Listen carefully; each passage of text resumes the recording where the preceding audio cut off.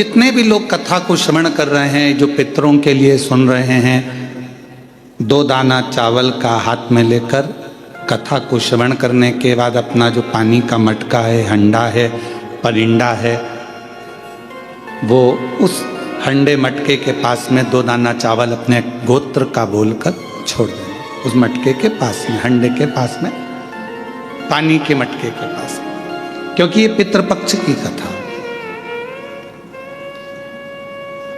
आपको मालूम होगा कि इस व्यासपीठ से बार बार चावल के दानों का अक्षत का वर्णन किया जाता है।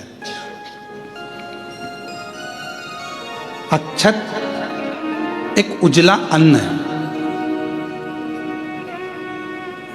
चावल एक उजला अन्न माना जाता है और उस अन्न का महत्व ये रहता है कि जब हम पितृपक्ष में अपने पूर्वजों के लिए, अपने पूर्वजों का स्मरण कर कर यदि शिव महापुराण की कथा को श्रवण कर रहे हैं और कथा का रसतत्व ग्रहण कर रहे हैं, तो उस कथा के रसतत्व को हम उज्जवल अन्न के साथ अपनी जिंदगी को उज्जवल करने के लिए श्रवण करें।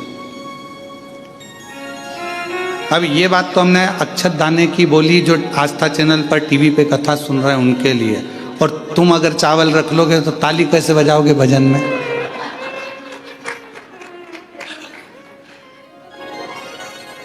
तो अब आप अपने पल्लू में बांध लो, हाथ में रख लो जरा उसको गोदी में, ठीक है? और तेरी कृपा बिना न हिले, जिसको आता है साथ में बोलेंगे, तेरी कृपा बिना न हिले एक भी अणु, लेते हैं श्वास तेरी कृपा से तनु तनु, बखान क्या करूं मैं रागों के ढेर का, चपटी बहुत में खजाना कुबेर का।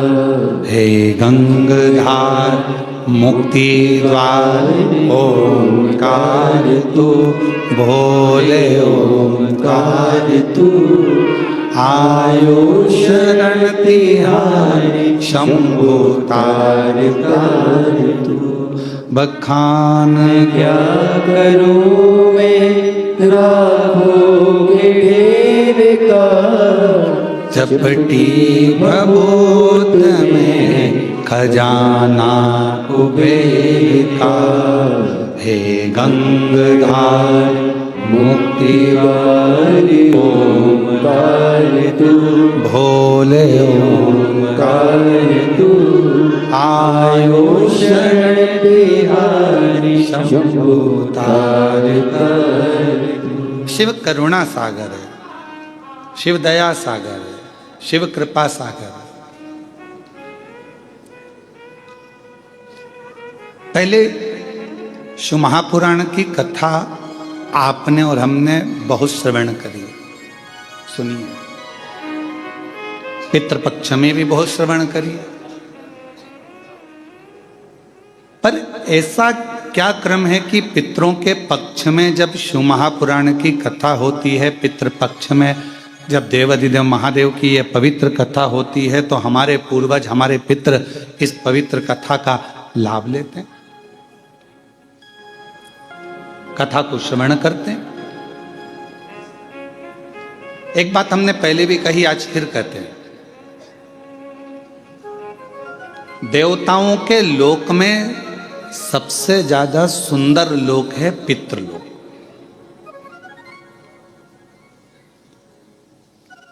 और देवताओं के लोक में सर्वश्रेष्ठ सबसे सुंदर लोक अगर माना गया है तो पितृलोक माना गया। जिस पितृलोक में पितृ निवास करते हैं, रहते हैं। अब आप कहोगे गुरुजी ये पितृलोक का वर्णन कहाँ है? तो शिव महापुराण के प्रारंभ में विद्येश्वर संहिता के अंतर्गत ही आप इसको श्रवण कर सकते हैं, या पार्वती खंड में, उमा खंड में, कौमार्य खंड में आप इसको श्रवण कर सकते हैं। भगवान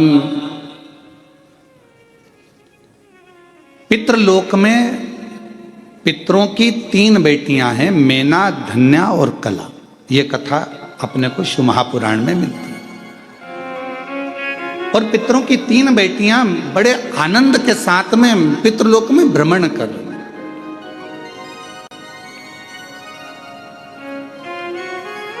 और भ्रमण करते करते पितृलोक में वो तीनों, मेना, धन्या, कला, भ्रमण करते करते चल रही थी। और उन्हीं पितृलोक के दरवाजे पर सनकादि ऋषि बैठकर तप कर रहे हैं, साधना कर रहे हैं। सनत कुमार बैठे हैं और भगवत भजन में डूबे हुए, मंत्र जाप में, नाम जाप में, स्मरण में डूबे हुए,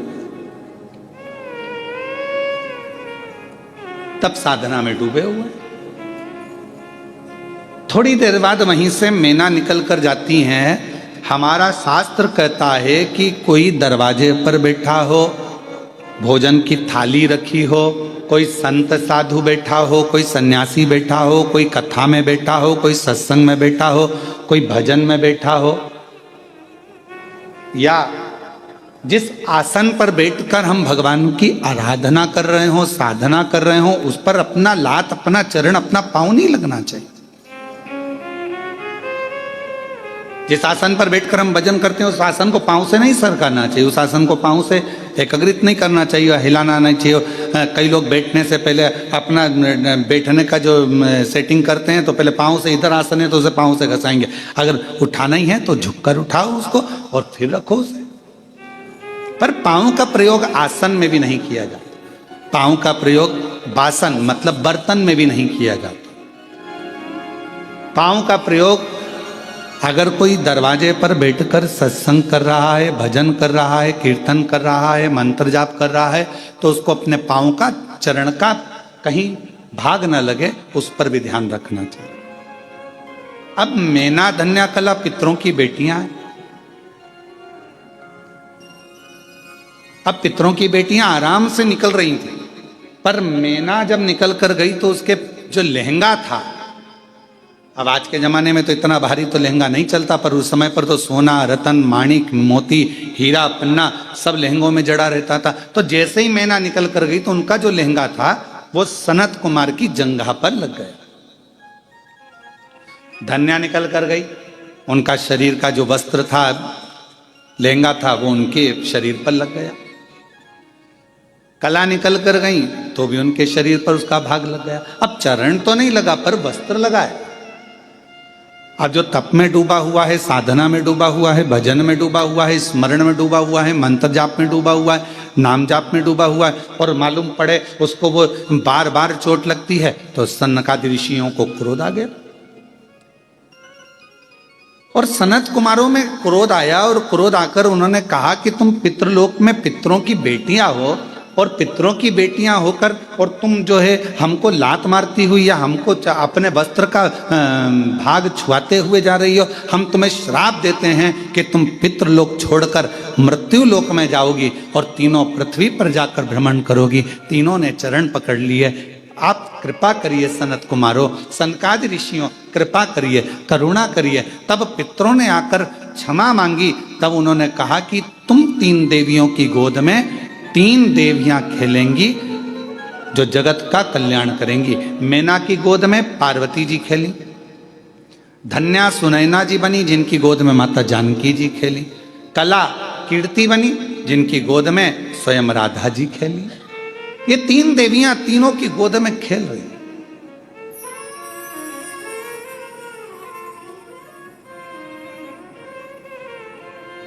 और पितृलोक का सुख छोड़कर मृत्यु लोक में आ गई।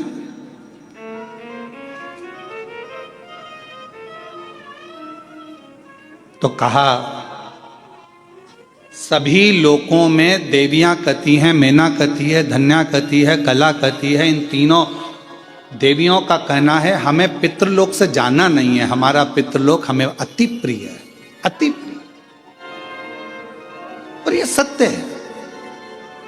भले आपका छोटा सा झोपड़ा हो ना, आप कितने भी अच्छे होटल में रह रहे हो, कितने भी अच्छे आप कॉटेज में रह रहे हो, खूब डनलप का गद्दा है डनलप का, और खूब जोरदार पानी भी मिल रहा है, वेटर भी लगे हैं, भोजन भी मिल रहा है, और बढ़िया चाय भी मिल रही है, कॉफ़ी भी मिल रही है, उसके बाद भी 1 महीना 15 दिन 20 दिन आप रहोगे, रहने के बाद आपको एक ना एक दिन आपके घर की याद भर जरूर आएगी। भले वो टूटा हुआ झोपड़ा क्यों ना हो, चाहे उस घर में तुम्हारा साधारण सा रुई का गद्दा क्यों ना हो, चाहे उसमें चटाई क्यों ना बिछी हो, पर अपने घर की याद अपने को जरूर आती।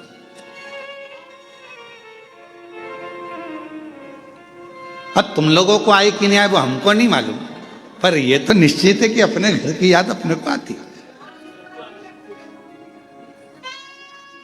सही बात है, कथा में याद नहीं आती, बाकी के समय पर तो आती है ना, निश्चित है।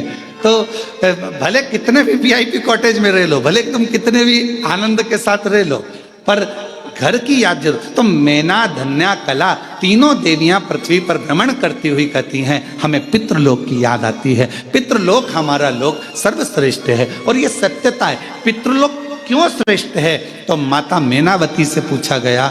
एक बार हिमालय राज ने पूछा कि मैना तुझे अपने पिता का घर पितृलोक इतना प्रिय क्यों है, तो मैना जी ने कहा कि जब पृथ्वी पर कथा होती है, मृत्यु लोक में पृथ्वी पर जब कथा होती है, भगवान शंकर की यह पवित्र धरा मृत्यु लोक में जब भी विष्णु महापुराण की कथा होती है, जितनी देर तक कथा के पंडाल में जितने लोग बैठकर कथा श्रवण करते हैं या किसी भी माध्यम से जितने लोग, जैसे आस्था चैनल पर सुन रहे हैं, फेसबुक यूट्यूब पर श्रवण कर रहे हैं, आप जहां जहां बैठकर कथा को श्रवण कर रहे हैं अपने अपने घरों में, जितनी देर तक आपका ध्यान शिव महापुराण की कथा में रहता है, उतनी देर तक भगवान वैकुंठ छोड़कर पितृलोक में पितरों के ऊपर हाथ रखकर कथा को श्रवण करते हैं।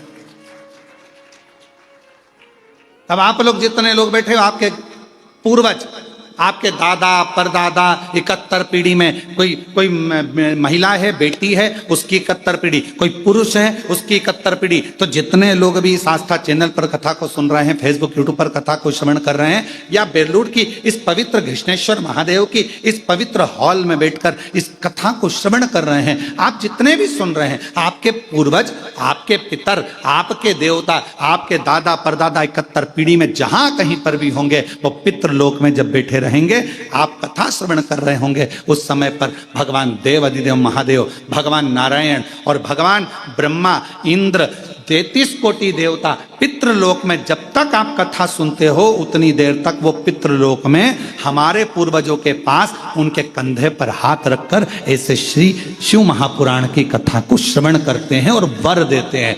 देख तेरे परिवार वाले कथा सुन रहे हैं, देख तेरे परिवार वाले कथा करवा रहे हैं, देख तेरे परिवार वाले 3 घंटे तक कथा में अपने हृदय को, अपने चित्त को, अपने मन को लगाए हैं। जा पितृपक्ष में ये कथा तेरे पूर्वजों के आनंद में ये श्रवण कर रहे हैं। मैं 16 दिन के श्राद्ध में भगवान नारायण कहते हैं, मैं वर देता हूं कि जो पितृपक्ष की कथा श्रवण करता है उसकी मनोकामना देव अधिदेव महादेव पूर्ण कर देते हैं। ये नारायण वचन देते हैं।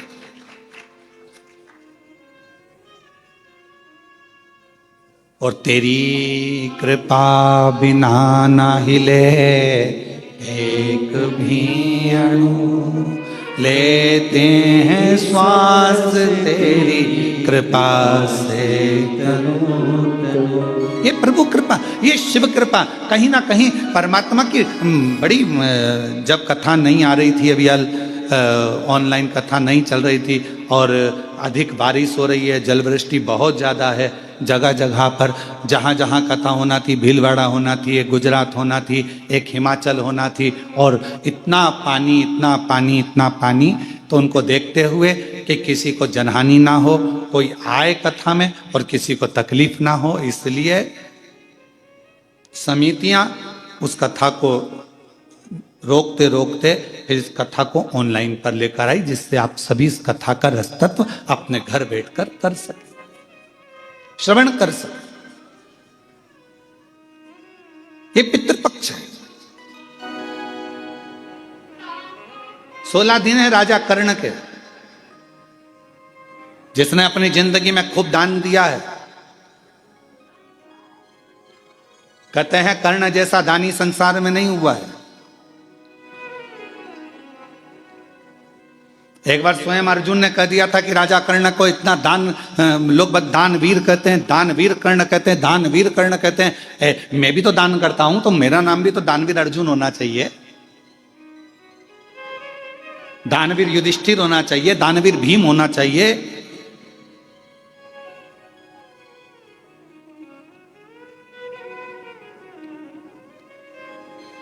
क्यों?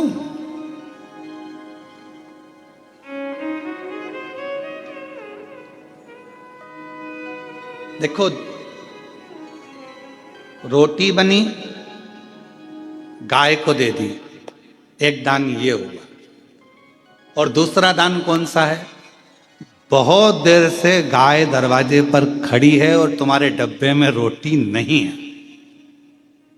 तुमने आटा उसना, एक रोटी बनाई और फिर ले जाकर गाय को दी, एक दान ये कहलाता।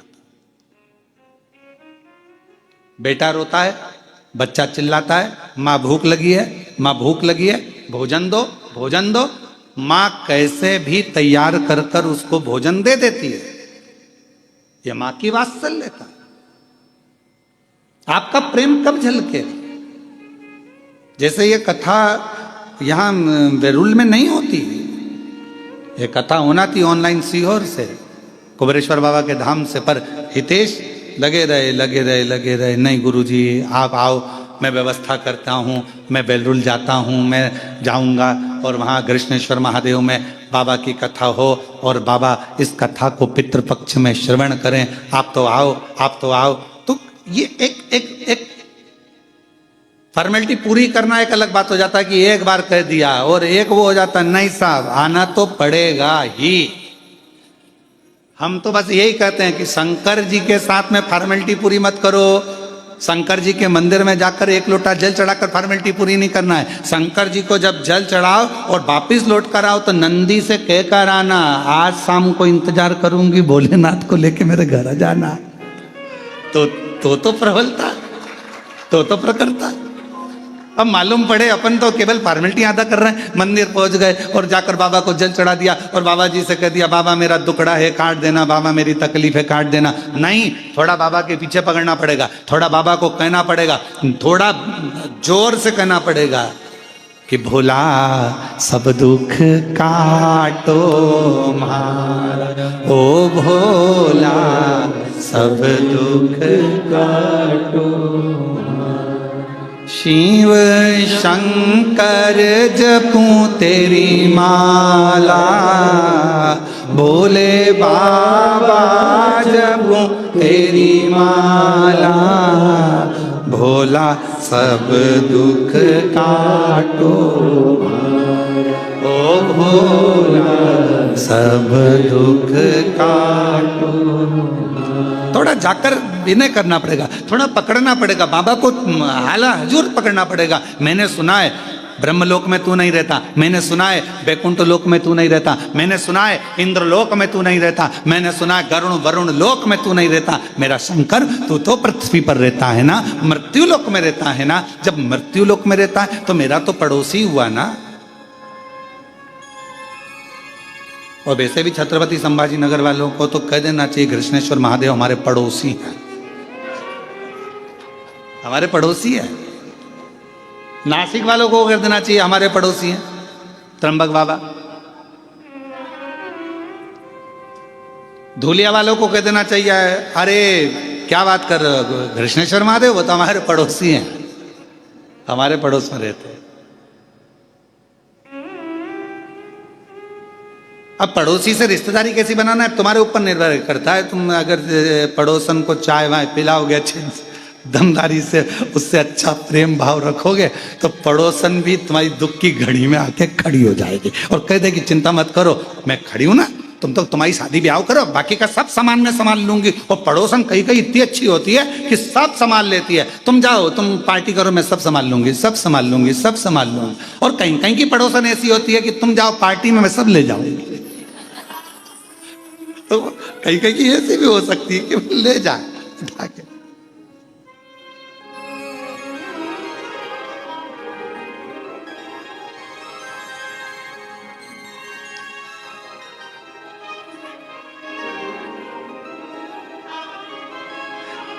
एक परसों के दिन एक भक्त, एक माता जी थी बड़ी बुजुर्ग थी, और वो कुबरेश्वर धाम पे आई। हम वहीं थे शाम के समय पर, तो उन्होंने कहा कि गुरु जी। मैंने कहा बोलो जी। तो कहा गुरु जी। हमने कहा बोलो जी। कहा गुरु जी। मैंने कहा बोलो भी जी, कुछ तो बोलो। गुरु जी। मैंने कहा बड़ी दुखी हूं। तो मैंने कहा हमसे मत कहो, जो कुछ कहना है, ये सामने जो कुबेर भंडारी बैठे हैं, एक कंकर उठाओ, हाथ में रखो, पूजन करो, पूजन कर कर उसको अपने दिल का हाल सुनाओ, वापिस रखो, आरती उतारो और बाबा से कहकर चले जाओ, बाबा स्वीकार कर लेगा। हमसे कहकर क्या कर लो?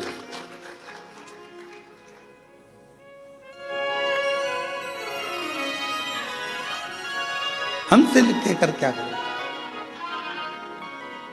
फिर थोड़ी देर बाद उसके मन में गुरु जी। मैंने कहा क्या हुआ जी? चप्पल कोई ले गया। तो हमने कहा बताओ। हमने कहा इसीलिए तुम्हारा मन पूजन में नहीं लग रहा। ध्यान तो वो पादुका में पड़ा हुआ है, चप्पल में पड़ा हुआ है, और तुम ध्यान लगाओ तो कैसे लगे? यहां तो जरा सा, हम पहले भी कहें, पति पत्नी फोन पर बात करे और पति का ध्यान काम में लगा रहे, तो पत्नी कह देती है तुम्हारा दिमाग है कहाँ, ध्यान कहाँ है तुम्हारा? मैं तुमसे बात कर रही हूँ, तुम्हारा ध्यान ही नहीं मेरे ऊपर, थोड़ा सा तो उत्तर में सोच समझ कर दो। और पति भी कह देता है पत्नी से, तू कहाँ बैठी, कहाँ तेरा ध्यान है? मैं तेरे से बात कर रहा हूँ, तेरा ध्यान ही नहीं है, तू कहाँ सुन रही है, कहाँ कर रही है, ध्यान नहीं लगता।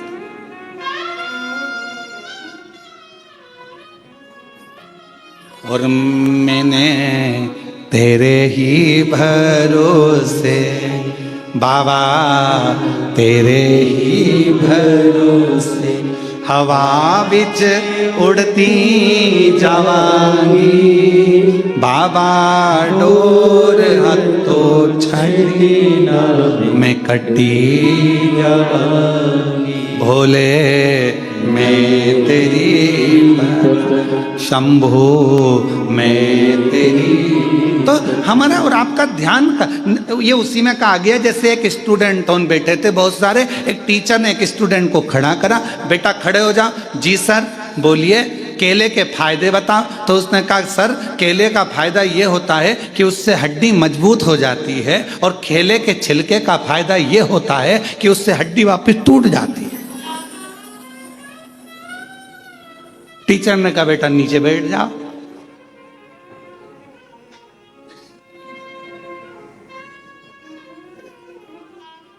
अब हमारा ध्यान वही है कि केले का फायदा क्या, तो कहा अभी तो कह रही थी कि बहुत दुखी हूं, और फिर वो क्या हो गया कि केले का छिलके से हड्डी टूट जाती, मतलब चप्पल मेरी गुम गई है, अब ध्यान तेरा चप्पल में। और हम हमेशा कथा में कहते हैं कि अपना सोना चांदी हीरा पन्ना, अपना जितना भी सामान है कीमती कीमती, अपने घर छोड़ कर आओ। अगर चप्पल भी तुम्हारी कीमती है तो घर छोड़ कर आओ। यहाँ तो तुम, मेरा बाबा डायमंड हीरा, मेरा शंकर, कोई हमसे पूछे कि तुम्हारी जिंदगी की सबसे बड़ी पूंजी क्या है, तो हम कहते शिव हमारी पूंजी है, शंकर हमारी दौलत है, और जितने ज्योतिर्लिंग है ये मेरा तिजोरी का भंडार है। वहां पहुंचकर जो चाहो वो प्राप्त हो सकता है, जो चाहो। अभी कृष्णेश्वर महादेव से आप लोग कथा श्रवण कर रहे हैं, ऑनलाइन कथा सुन रहे हैं। अगर दिल से 7 दिन तक आप रोज 2 बजे से 5 बजे तक कथा को श्रवण करो, दिल से बाबा ने करुणा करी है तो दिल से सुनो। 7 दिन के बाद पूरे 16 श्राद्ध नहीं, और जिस कामना से सुन रहे हो बाबा आपकी वो कामना 16वें दिन तक पूर्ण जरूर कर देगा, ये निश्चित है, क्योंकि ये पितृपक्ष की कथा।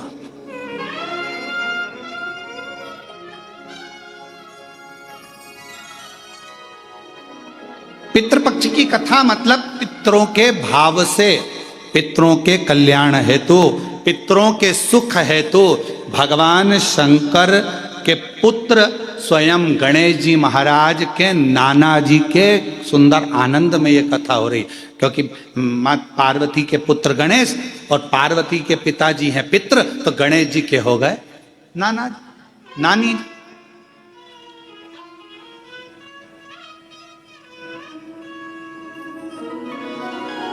जो कामना कर कर श्रवण कर रहे, जो भाव से श्रवण कर रहे हैं, और पूरे देश विदेश में बैठे हुए शिव भक्त आस्था चैनल पर जो कथा सुन रहे, दिल से श्रवण करें अपने जीवन को आनंदित करने के लिए।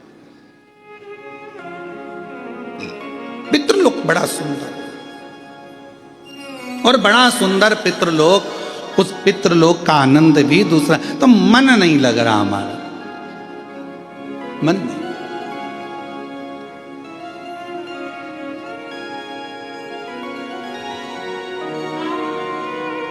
ये पितृलोक मेरा प्रिय प्रिय। पार्वती मां कहती हैं हिमालय राज से मेरा दिल नहीं लगता, पितृलोक में मेरा मन लगता है, क्योंकि पितरों का लोक एक ऐसा लोक है जहां भगवान नारायण स्वयं अपने देवताओं के साथ में पितरों के कंधे पर हाथ रखकर कथा का रसतत्व श्रवण करते हैं और वर देते हैं। इतनी प्रियता। महाभारत में भी राजा कर्ण की कथा में कहा गया कि दानवीर कर्ण कहा जाता है जिन्होंने दान दिया। तो ऐसा कैसा दान दिया कि दानवीरों की गिनती में युधिष्ठिर नहीं आए, दानवीरों की गिनती में अर्जुन नहीं आए, दानवीरों की गिनती में भीम नकुल सहदेव नहीं आए, दानवीरों की गिनती में केवल राजा कर्ण आए। ऐसा क्या दान दिया? दो कथा है राजा कर्ण की और बड़ी विचित्र। एक, अर्जुन ने जब भगवान कृष्ण से कहा कि दानवीरों में मेरी गिनती क्यों नहीं है, तो भगवान ने कहा कि समय आएगा जब मैं बताऊंगा। एक दिन भगवान कृष्ण ने एक सोने का पर्वत खड़ा कर दिया।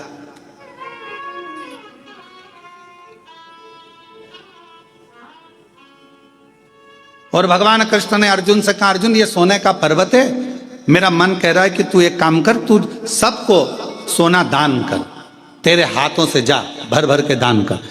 अर्जुन ने सारे नगर में सूचना कर दी, कल सुबह 9 बजे से लेकर शाम को 5 बजे तक सोना दान किया जाएगा, आ जाओ। सारे गांव के लोग लाइन लगा कर आ गए। अर्जुन ने तगाड़ी भर भर कर, एक एक तगाड़ी सोने की सबको देना प्रारंभ कर दिया। सब डला भर भर कर सोना लेकर चल दिए। अर्जुन दे देकर थक गया, पर वो सोना खत्म नहीं, समाप्त नहीं।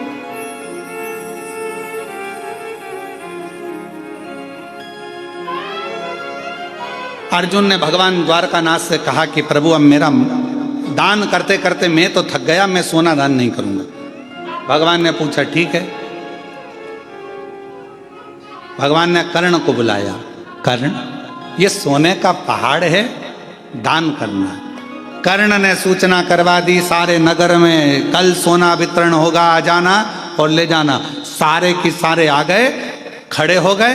कर्ण ने हाथ जोड़कर बोला, भैया तुम सबको जितना सोना चाहिए, ये पहाड़ है, तुम हो जिसको जितना चाहिए लेकर चले जाओ। अर्जुन ने कहा, प्रभु वो कर्ण दान कर रहा है, क्या कर रहा है? सबसे कह दिया जिसको जितना चाहिए उठाकर ले जाओ। कर्ण को बुलाया भगवान ने, अर्जुन के सामने पूछा, बेटा कर्ण ये बताओ कि कर्ण तुमने ये सोने का पहाड़, तो कहा प्रभु सोने का पहाड़ मेरा था ही नहीं, तो मैं क्यों टेंशन लूं कि कितना देना है, कितना देना है, मैं क्यों टेंशन लूं? जिसका पहाड़ जो जाने। और दान करने का आपने कहा, तो ये भक्त लेने वाले और आप देने वाले, तो बीच में मैं देने वाला कौन? जिसकी जितनी मर्जी हो भर के ले जाए, मेरा क्या? अर्जुन स्तुप्त हो गया देखकर, स्तुप्त। कई लोगों की आदत रहती है, किसी के यहाँ सत्यनारायण जी की कथा में जाते हैं और अगर उनको प्रसाद का कटोरा दे दिया जाए कि लो प्रसाद बांटो, तो वो आधी आधी चम्मच बांटेंगे। अरे प्रसाद वाले का प्रसाद तेरा काम है देने का, अच्छा दिया जाए, तो तेरा कह जाए। अरे तो सबको भी तो देना। आखिरी में सबको देने के चक्कर में इतना सारा प्रसाद बढ़ गया, तो घर का मालिक ही बोला पूरा ही बांट देते, काहे को इतना सारा बचा लिया? हम घर में गिने चुने 4 लोग तो हैं, अब 4 लोग में इतना सारा प्रसाद रह जाएगा, कौन खाएगा, क्या करेंगे? सब बांट।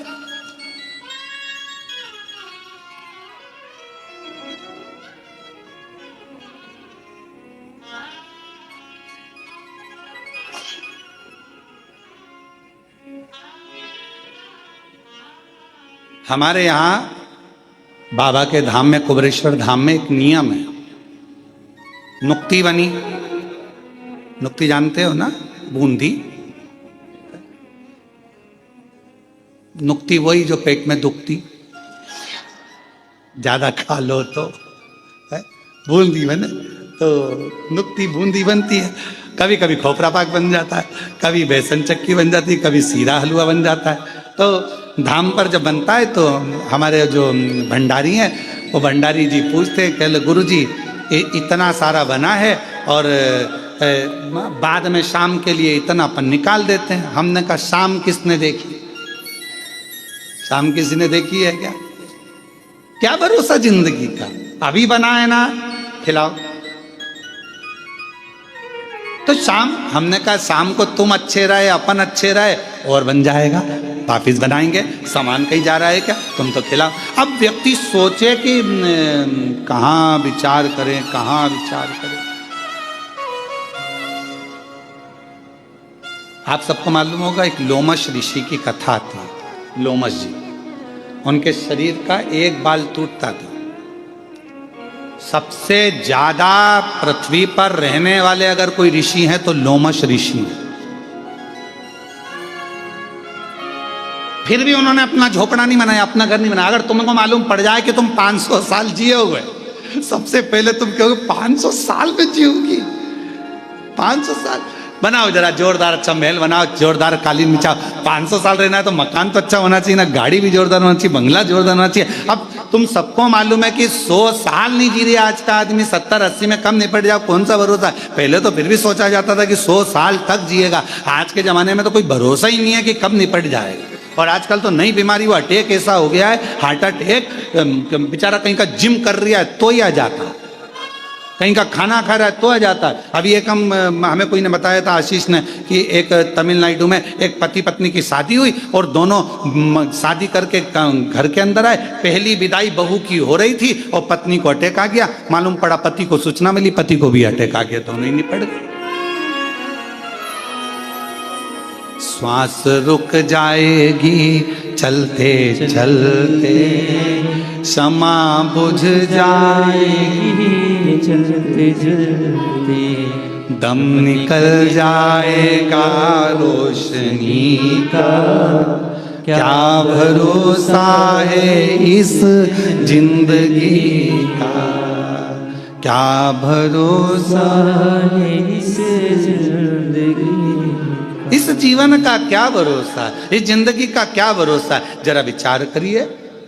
तो इसलिए जितना समय परमात्मा ने दिया है, जब कथा मिल जाए, आस्था चैनल पर जब कथा श्रवण करने को मिल जाए, मालूम पड़ जाए कथा आ रही है, आज से चालू हो गई, अपनी अड़ोसन पड़ोसन पीछे वाली दड़ोसन सबको सूचना कर दो, कथा चालू हो गई।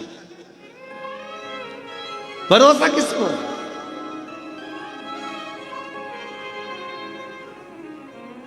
कहीं पहाड़ गिर रहे हैं, कहीं पर्वत गिर रहे हैं, कहीं बाढ़ आ रही है। अभी पंजाब के कई जिले पानी में डूबे पड़े हैं। पंजाब के इतना जलवृष्टि पंजाब में हुआ है कि जल त्राही त्राही हो रहा है। इतना पानी चारों तरफ, घरों में, मकानों में, दुकानों में, खेतों में, भोजन तक नहीं, पूरी व्यवस्था, प्रशासन की अव्यवस्था हो गई।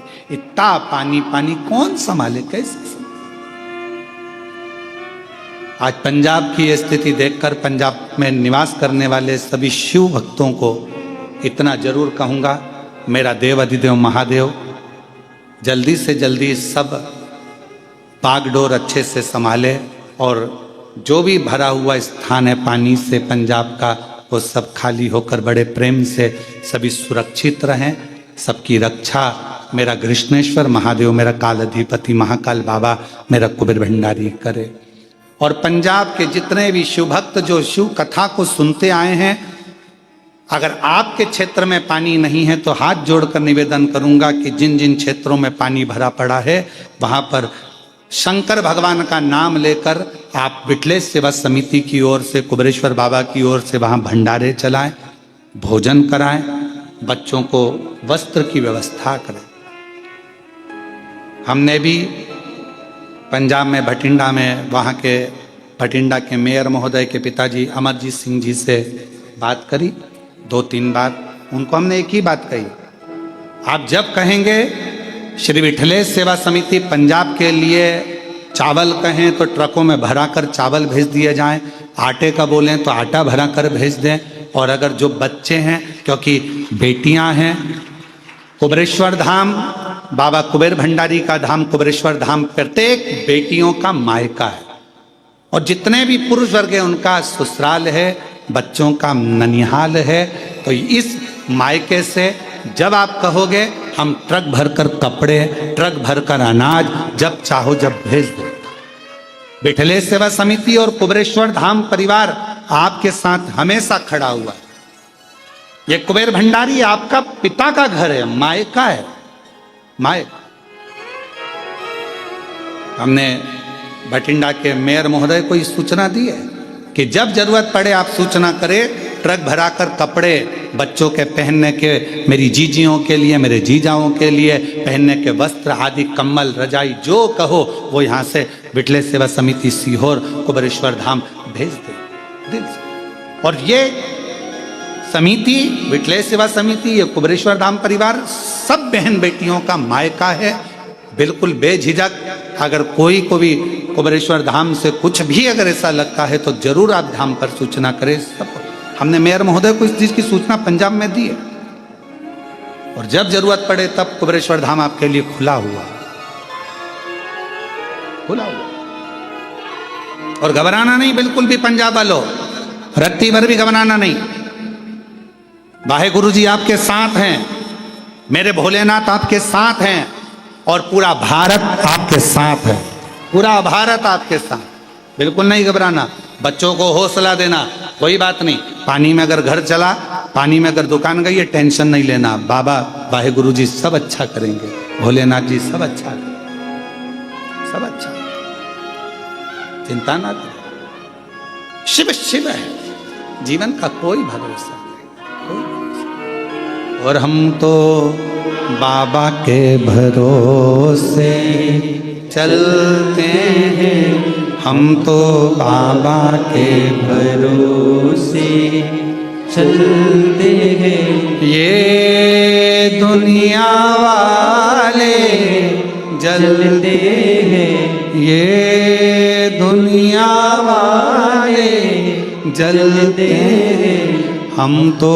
बाबा के भरोसे चलते हैं, हम तो बाबा के भरोसे चलते हैं। काशी वाले के भरोसे चलते हैं, डमरू वाले के भरोसे चलते हैं, सीहोर वाले के भरोसे चलते हैं, कृष्णेश्वर नाथ के भरोसे चलते हैं, हम तो बाबा के भरोसे चलते हैं। ये बाबा की कृपा, ये उसकी उदारता है, जीवन का कोई ठिकाना नहीं।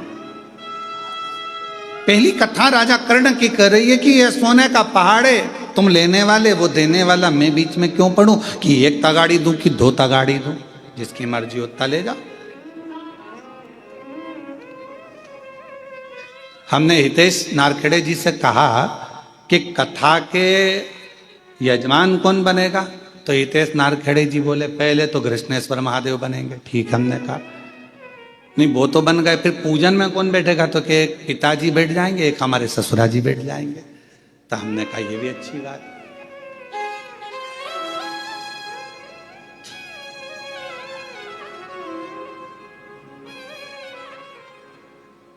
इससे बढ़कर सुख क्या, क्या पता कौन सा पुण्य सामने आया, कौन सा पुण्य तुम्हारे सम्मुख में आया, क्या पता क्या योग संजोग था। पाटिल साहब हम कहेंगे योग संजोग, हम कहेंगे पूर्वजों का हुआ होगा।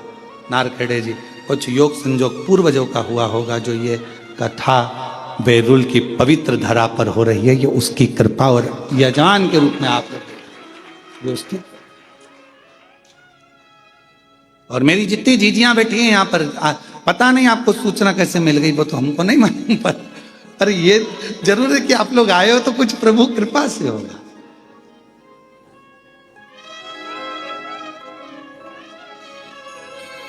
एक जीजी तो पहचान की है कलेक्टर महोदय के यहाँ से, मैं उनको भी बहुत बहुत साधुवाद देता हूँ कि प्रत्येक कथा में आप जब भी आसपास के क्षेत्र में कथा होती है, आपकी श्रद्धा और विश्वास कथा में पहुँचता है। मैं बहुत बहुत धन्यवाद देता हूँ आपको। शिव तत्व है, भगवान की अविरल कथा।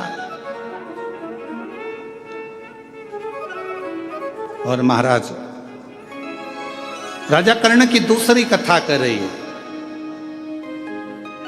एक तरफ तो पूर्ण दान दे देना और दूसरी तरफ की कथा कर रही है कि राजा कर्ण इतना प्रतिदिन का स्वर्ण दान करता, सोना दान करता, स्वर्ण दान करता, इतना सोना दान करता, रोज प्राण छूटे राजा कर्ण के।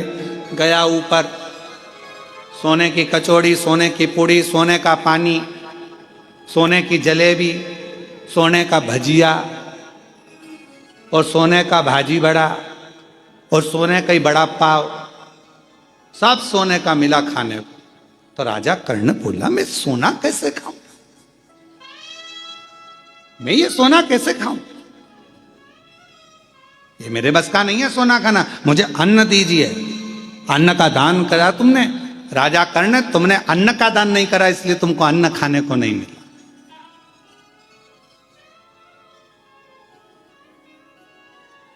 इसलिए शिव महापुराण की कथा कहती है, मौका मिले वस्त्र दान अपनी जगह पर है, स्वर्ण दान अपनी जगह पर है, मुद्रा दान अपनी जगह पर है, भूमि दान अपनी जगह पर है, पर शिव महापुराण की कथा कहती है अन्न दान सर्वश्रेष्ठ माना गया है। जो दिया वो प्राप्त, जो दिया वो प्राप्त।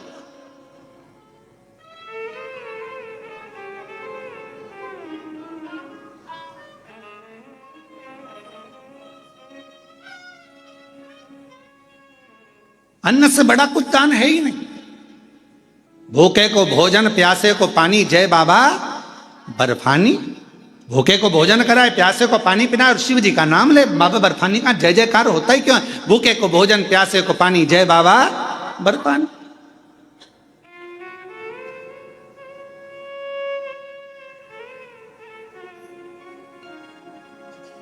क्यों कुबेरेश्वर धाम पर अन्न का दान दिया जाता है? अन्न का दान कुबेर का भंडार, कुबेरेश्वर धाम की रीत है। वहां जो आता है थोड़ा अन्न लेकर आता है, चावल ले आएगा, गेहूं ले आएगा।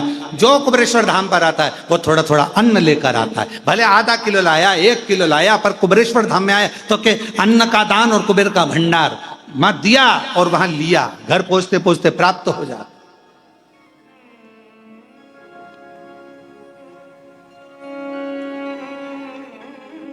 तुमने अन्न नहीं दिया राजा कर्ण, तुमने भोजन में अन्न का दान नहीं दिया। तो राजा कर्ण को लगा कि अन्न नहीं दिया तो अब क्या होगा, तो कहा कि तुम्हें भोजन खाने को नहीं मिलेगा। राजा कर्ण ने कहा कि मुझे कुछ दिन दे दो, मैं पृथ्वी पर जाकर अन्न का दान करूंगा।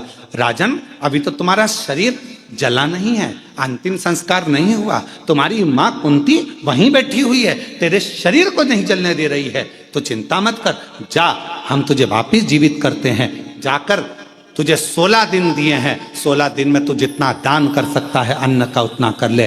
राजा कर्ण पृथ्वी पर आए और माँ गंगा के तट पर पहुंच गए और गंगा के तट पर भोजन कराना प्रारंभ करा। ब्राह्मण हो, साधु हो, सन्यासी हो, तपस्वी हो, साधक हो, उपासक हो, सांसारिक मनुष्य हो, मानव हो, कैसा भी हो, पर आओ और भोजन ग्रहण करो। सारे के सारे भोजन ग्रहण करने आते, तब राजा कर्ण उनको भोजन कराकर विदा कर देता। और आखिरी में जब राजा कर्ण के 16 दिन के प्राण 16 दिन बाद जब गए, राजा कर्ण को अब भजिया, पकोड़ा, गुलाब जामुन, इमरती, भजिया, नो गोल्ड, बिना गोल्ड के मिल रहा, अब मिल रहा, अब प्राप्त हो। महाराज बैठे पर्वत धुनी रमाए, बदन पड़ी मृग छाला है, बैठे पर्वत धुनी रमाए। अपने स्थान पर बैठकर भगवान देवाधिदेव महादेव से अपने मन की बात कहें, दिल से प्रार्थना करें, विनय करें, निवेदन करें, विनती करें। जो टीवियों के सामने बैठकर आस्था चैनल पर कथा श्रवण कर रहे हैं, वह वहां बैठकर, जो पंडाल में बैठकर कथा सुन रहे हैं, वो पंडाल में बैठकर दिल से बाबा को प्रार्थना करें, विनय करें, निवेदन करें। भाव से अपने मन का दिल से बाबा को चरण स्पर्श करते हुए आनंद के साथ विनय करें।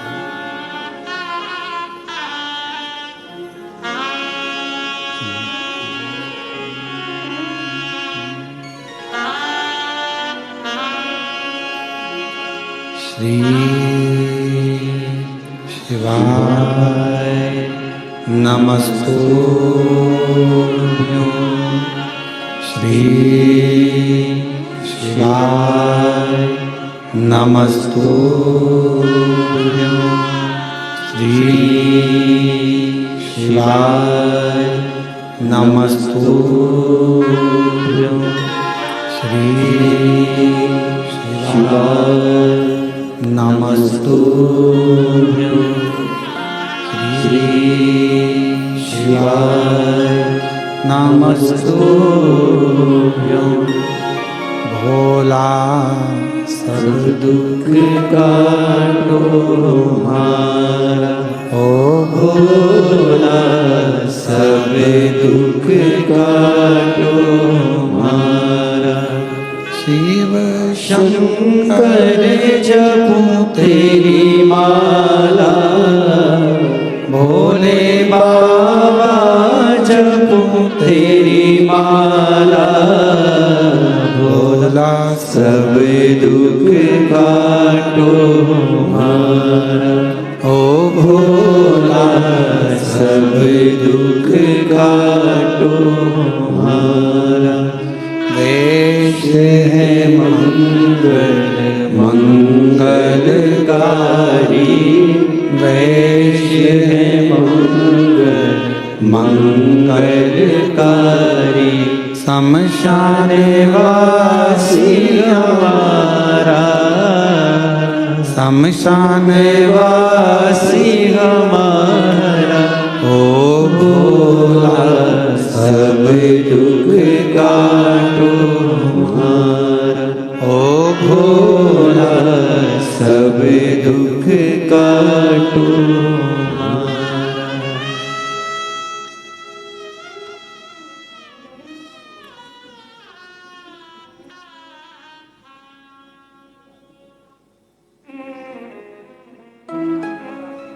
बाबा देवाधिदेव महादेव, भगवान शिव, ओगढ़दानी, त्रिकालदर्शी, कैलाशी, विनाशी, भगवान शंकर की पवित्र कथा शिव महापुराण वर्णन कर रही है।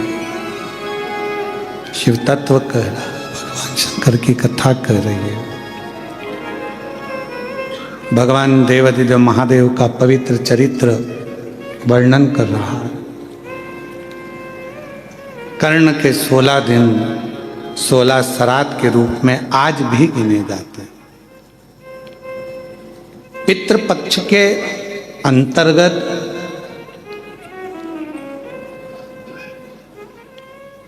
अगर पितरों की प्रसन्नता का ध्यान रखा जाता है तो उसमें सबसे मूल होता है गाय का गोबर की अलोनी जो बनाते हो, कंडा गोबरी, और उस गोबरी में उस कंडे पर जलाने के बाद उसमें घी और गुड़ या शक्कर मिलाकर उसकी धूप देना, ये बड़ा मूल। क्यों महाराज? शिव महापुराण की कथा कहती है अन्न 5 रात्रि तक हमारे शरीर के अंदर रहता है। कितने रात्रि? 5 रात्रि। दूध 7 रात्रि तक हमारे शरीर में रहता है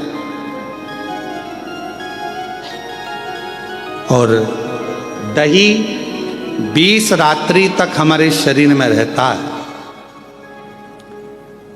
केवल एक घी गौ माता का ऐसा होता है जो 1 महीने तक हमारे शरीर में रहता है।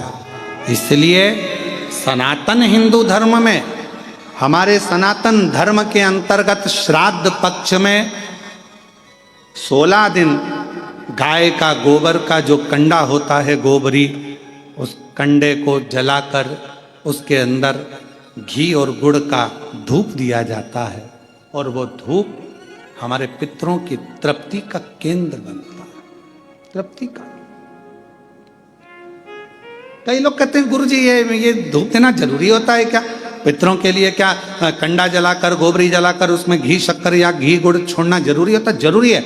हम तो हमेशा कहेंगे, चाहे तुम बड़े मल्टी में रह रहे हो, मॉल में रह रहे हो, तुम्हारा मन जहां तुम VIP में रह रहे हो, तो भी प्रयास करा करो कि 16 दिन में एक दिन आप धूप जरूर दें। बहुत जरूरी। इसकी कहीं कथा का वर्णन आता है? क्यों नहीं आता? अगर हम उठाकर देखें हमारे शास्त्रों को, हमारे पुराणों को, तो आप स्मरण करेंगे कपिल मुनि जी के आश्रम में 60,000 राख के ढेर बने सूर्य वंश के पुत्र। महाराज राजा सगर की 2 धर्म पत्नियां थीं। पहले नंबर पर केशनी, दूसरे नंबर पर सुमति।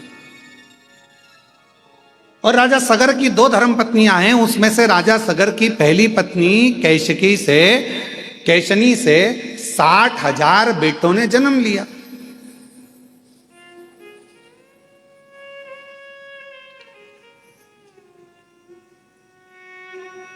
अब कई लोगों के मन में एक प्रश्न खड़ा हो जाता है, गुरु जी एक बच्चे को नारी जन्म देती है तो उसकी स्थिति क्या रहती है, और आप कह रहे हो कि 60,000 पुत्र को जन्म? तो मेरी जीजियों, मेरी बहुओं, बेटियों, मेरी माताओं, मेरी बहनों, एक बात का स्मरण रखना कि पूर्व में संतान प्राप्ति के लिए बहुत सारे व्रत होते थे और उन व्रतों में तब साधना का जब बल बढ़ता था तो गर्भ का कष्ट नहीं होता था और मां अपने बच्चों को जन्म दे देती थी उस तप बल के पास। आज भी आप लोग देखिए विदेशों में क्या होता है। विदेशों में 2 तरह के हॉस्पिटल बने हुए, एक जगह पर लिखा हुआ है यहां नॉर्मल डिलीवरी होती है, जापा होता है, और एक जगह पर लिखा था यहां ऑपरेशन से बच्चे होते हैं। अब जो भारत से गया हुआ एक व्यक्ति था, संत था, उसने जाकर पूछा भैया कि यहाँ ऑपरेशन से बच्चे होते हैं, यहाँ की फीस कितनी है? तो कहा यहाँ पर फीस लगती है मात्र 60,000 रुपये, 50,000 60,000 रुपये फीस। अब जो नॉर्मल डिलीवरी होती है वहां गए तो उनसे पूछा भैया यहाँ तुमने लिखा कि नॉर्मल डिलीवरी होती है, नॉर्मल जापा होता है, यहाँ कितना पैसा लगता है? तो कहा 3.5 लाख रुपए लगते। अब पूछा कि यहाँ 60,000 रुपए में ऑपरेशन से बच्चा हो गया, यहाँ नॉर्मल हुआ, दोनों में क्या अंतर है? तो कहा आधे घंटे में यहाँ ऑपरेशन से बच्चा हो जाता है। यहाँ पर जब गर्भस्थ बच्चा होता है तब गर्भवती नारी को 6ठे महीने में यहाँ बुला लिया जाता है और 6ठे महीने से उसको यहाँ रखा जाता है। उसको गेहूं दे दिए जाते हैं, अपना आटा खुद पीसो और गेहूं पीस के आटा बनाओ, आटा बनाकर अपनी छोटा सा खेत दे दिया जाता है, इसमें सब्जी बो, सब्जी बोकर इसमें अपनी मिर्ची, धनिया, अदरक जो करना है करो और अपना भोजन खुद बनाओ, झाड़ू खुद लगाओ, लीपो खुद, पोछा खुद लगाओ, सब काम तुम्हें करना है। और कुआं बना दिया छोटा सा, उस कुएं में से पानी भरो, सिर पे रखो अंडा, लेकर घर में जाओ, पानी पियो। ऐसा 3 महीने तक लगातार करने दिया जाता है। 3 महीने के बाद ऑपरेशन करने की जरूरत नहीं पड़ती, नॉर्मल डिलीवरी हो जाती है। 3.5 लाख रुपए उसके लगते हैं। अब हमारे यहां तो सास होन बेचारी कह दे कि काम कर ले, झापे के समय पर सास कह दे, माँ कह दे बेटा थोड़ा काम कर ले, अभी झापे का समय। तो मम्मी डॉक्टर ने कहा बेड रेस्ट, मम्मी डॉक्टर बोला बेड रेस्ट, तो डॉक्टर बोला बेड रेस्ट, तो बढ़िया पलंग पर और हाथ में मोबाइल और आवाज लगा चाय लाना। अब बेचारी जो घर में काम करे बेचारी चाय ला कर दे, लाओ जरा ये लाना, वो बेचारी वो ला कर दे। वो मोबाइल देख रही, और मोबाइल में देख रही ना जाने कौन कौन से नाटक और जिहारे सो, ना जाने कौन सा सास भी कभी बहू थी। अब मालूम पड़े पूरे नाटक में, पूरे इतने नाटक चले, सब में जितने मिले सब रोते ही मिले। तो औलाद ऐसी पैदा हुई कि उसको जमीन पे छोड़ो तो पे करे और गोदी में बिठाओ तो चुप रहे। अब किसी महाराज जी से पूछने गई, महाराज जी हमारा बच्चा बड़ा चिड़चिड़ा हो गया, इसको गोदी में रखती तो चुप रहता है और नीचे रखो तो रोता है। महाराज जी बोले ये बताओ कि मोबाइल में जब गर्भ में था तो मोबाइल में कितने सीरियल देखे थे? सब कुमकुम भाग और ये भाग वो भाग, और दिन भर ओला, जैसे वो नाटक में एक ना एक रोती मिले, ऐसी औलाद रोती मिले, 24 घंटे रोए 24। और कभी कभी फिर मम्मी चिढ़ जाए, उसकी मत धो दे लपक के, खूब धो, चुप हो जा, चुप हो जा। इतने में पिताजी आ जाए, क्यों मार रही है बेचारे को, क्यों मार रही है? लो तुम चुप कर लो। अब बोले भाई, तो किसी किसी के मन में आता है, प्रश्न खड़ा हो जाता है, 60,000 राजा सगर की पहली पत्नी केशनी से 60,000 बच्चे, तब साधना बल उपासना ये प्रबल थी। और दूसरी पत्नी से सुमति से एक पुत्र हुआ राजा सगर का। समय आया, राजा सगर ने एक यज्ञ रखा, अश्वमेघ। उस अश्वमेघ यज्ञ के घोड़े को इंद्र चुरा कर ले गए और उनको कपिल मुनि के आश्रम में बांध दिया।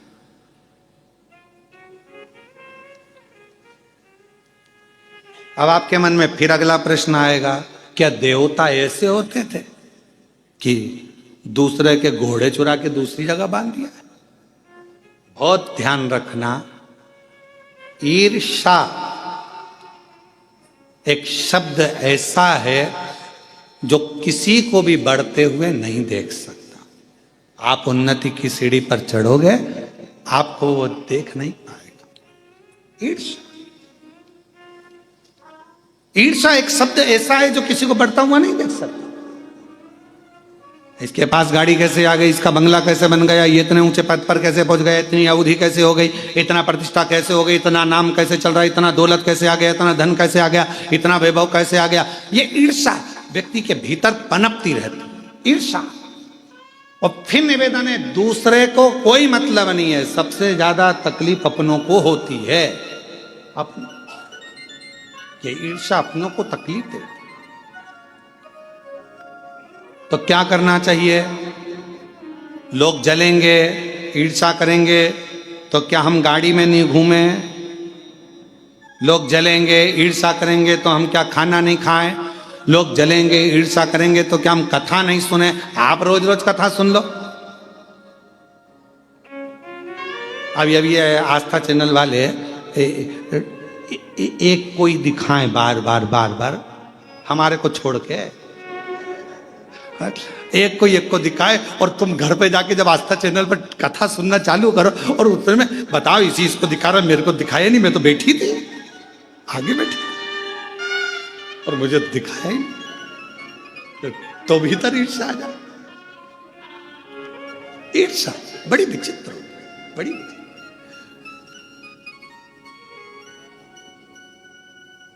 और कभी ऐसा होता है, पूछना है ना, आस्था वाले बच्चे लोग यहाँ सेवा करते हैं ना, इनसे पूछना कि अरे कहीं कहीं झगड़ा होता है। कभी कभी ऐसे श्रोता आते हैं कि वो कहते हैं तुम तो महाराज जी महाराज को दिखा रहे हो, हमको तो दिखाया ही नहीं।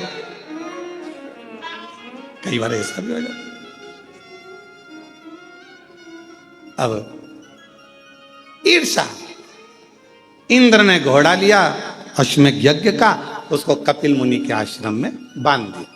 कपिल मुनि के आश्रम में बांधा तो राजा सगर जी ने अपने 60,000 बेटों से कहा कि बेटा जाओ, अश्वमेध यज्ञ का घोड़ा पकड़ लिया है, जरा जाकर देखो और उसको छुड़ा कर लाओ। 60,000 पुत्र राजा सगर के चले और राजा सगर के पुत्रों ने सब जगह पर अश्वमेध यज्ञ के घोड़े को ढूंढना प्रारंभ किया। बहुत सावधानी से सुनिएगा, ये कथा पितृपक्ष की है और शिव महापुराण की ये पितृपक्ष की ये कथा जीवन का आनंद देने वाली। बहुत सावधानी से सुनिएगा कि गाय के गोबर का कंडा पर, गोबरी पर घी गुड़ छोड़ने का लाभ क्या है, जरा ध्यान से सुनना इस कथा का।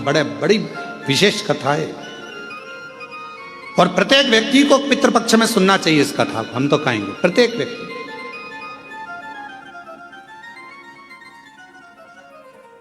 अश्वमेध यज्ञ के अश्व को ढूंढने के लिए चले। अब जगह जगह ढूंढते रहे पर मिला नहीं। आखिरी में कहीं सूचना मिली कि कपिल मुनि के आश्रम में 60,000 जो पुत्र थे वो पहुंच गए और ये मालूम पड़ा कि कपिल मुनि के आश्रम में वो अश्वमेध यज्ञ का अश्व बंधा हुआ है। इन्होंने जाकर क्या देखा कि कपिल मुनि तो तप कर रहे, साधना कर रहे हैं, उपासना कर रहे हैं। कई बार नारखेड़े जी ऑनलाइन कथा आती है ना, तो कई बार लोग सोचते हैं कि ऑनलाइन कथा चल रही है तो फोन लगाते हैं कि हम महाराज जी से मिल सकते हैं, तो उनको कहना पड़ता है भैया महाराज जी श्योर नहीं है तो ऑनलाइन तो चल रही है, तो ऑनलाइन चल रही है, ऐसा जरूरी थोड़ी ना कि श्योर से ही होगी।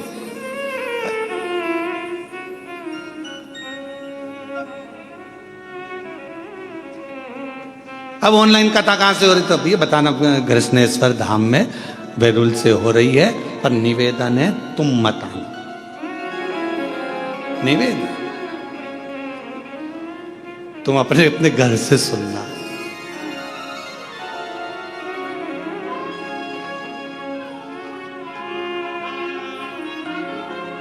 हमें हमारी जिंदगी में कोई टेंशन नहीं है केवल तुम्हारे सिवाय।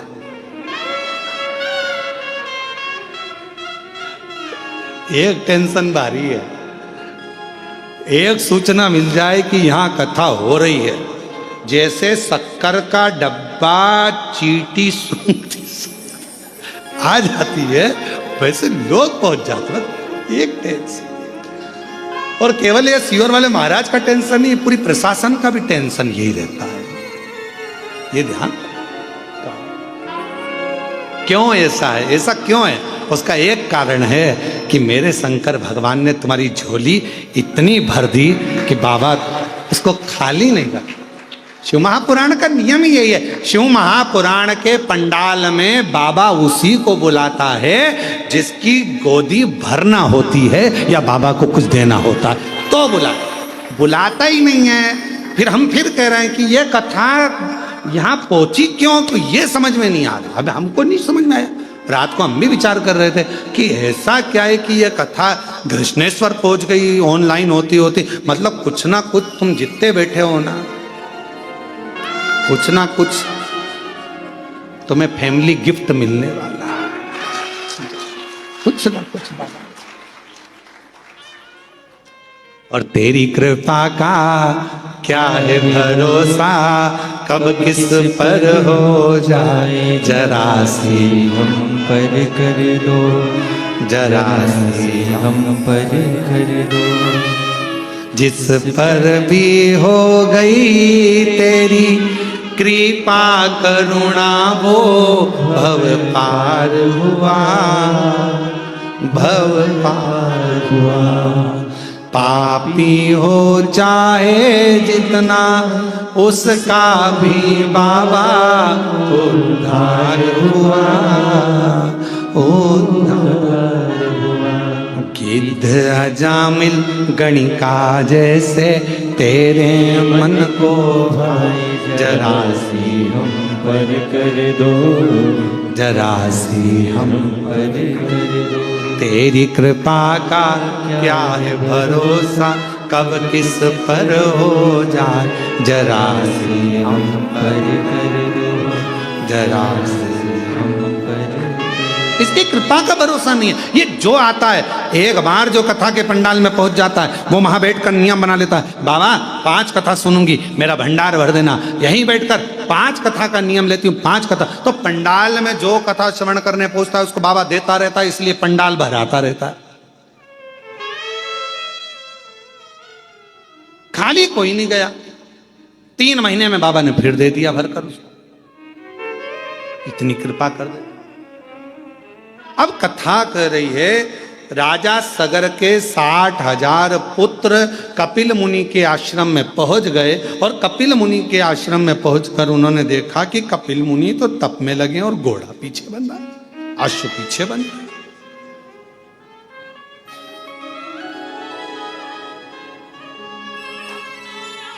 अश्व पीछे।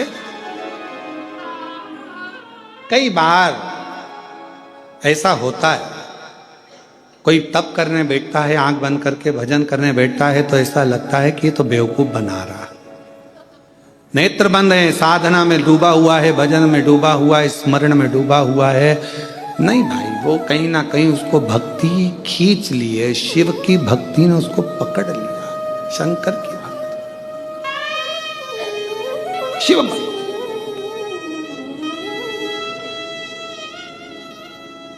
थोड़ा भजन हमारे जीवन में सुख दे सकता है, थोड़ा भजन। जरूरी नहीं कि कोई 4 घंटे बैठकर भजन करे तो हमें 4 घंटे बैठकर भजन करना है, कोई 8 घंटे भजन करे तो हमें 8 घंटे भजन करना है। एक बड़ा सुंदर चरित्र है, जापान में एक साबुन की फैक्ट्री खुली। साबुन की फैक्ट्री खुली तो उसमें उन्होंने साबुन बनाए तो साबुन बनाते बनाते कई साल निकल गए और सालों निकलने के बाद में साबुन की फैक्ट्री में से कोई एक साबुन ऐसा था जिसमें साबुन ही नहीं अंदर था और खोखा खोखा चले गए। मार्केट में वो खोखा बिक गया, ग्राहक ने खरीद लिया, खरीदा तो उसमें साबुन नहीं था, ग्राहक ने केस लगा दिया, हमने साबुन खरीदा और इसमें साबुन नहीं निकला। केस लगा तो 60 लाख रुपए उसको जुर्माने के देना पड़े साबुन फैक्ट्री वाले। कितने रुपए दिए हैं? 60 लाख। 60 लाख रुपए जब जुर्माने के दिए उसको साबुन फैक्ट्री वाले को, 6 लाख रुपए जब जुर्माने के दिए साबुन फैक्ट्री वाले ने उस साबुन वाले को, तो साबुन फैक्ट्री के मालिक को लगा कि ऐसे तो अपने को दिवाला लग जाएगा, एक आध भी साबुन गड़बड़ हुआ तो हर बार केस लगेगा, करें क्या। तो इतने में उसने सोचा कि एक काम करता हूँ, एक एक्सरे मशीन लेके आता हूँ, साबुन का एक्सरे करेगी, कोई ऐसी मशीन लाऊं जिससे वो एक्सरे में मालूम पड़ जाए कि साबुन भरा है कि खाली है। उसने एक्सरे मशीन बुलवाई। 3,82,00,000 रुपए की एक्सरे मशीन उस समय पर जापान में उन्होंने लगाई। अब वो एक्सरे मशीन से साबुन देखे जाते और फिर निकाले जाते। अब यही उत्तर प्रदेश में हो गया, एक साबुन फैक्ट्री में उनका भी साबुन खाली निकल गया। साबुन खाली निकला तो साबुन फैक्ट्री के मालिक ने विचार कर अब क्या करें। पति रात को सो नहीं पा रहा था, नींद नहीं आ रही थी। इतने में पत्नी बड़ी समझदार थी, पत्नी ने पूछा क्या हुआ, कि एक साबुन खाली निकल गया और केस लगाए। अब साबुन खाली ना निकले उसके लिए जापान में तो एक्सरे मशीन लगाई थी, 3 करोड़ से ऊपर की आई थी। अब मैं उत्तर प्रदेश का रहने वाला, मैं क्या लगाऊं। पत्नी बोली फालतू की बात मत करो, एक अच्छा सा पंखा खरीद लो और साबुन जहां से निकल कर जाता है वहां लगा दो, खाली होगा तो उड़ जाएगा।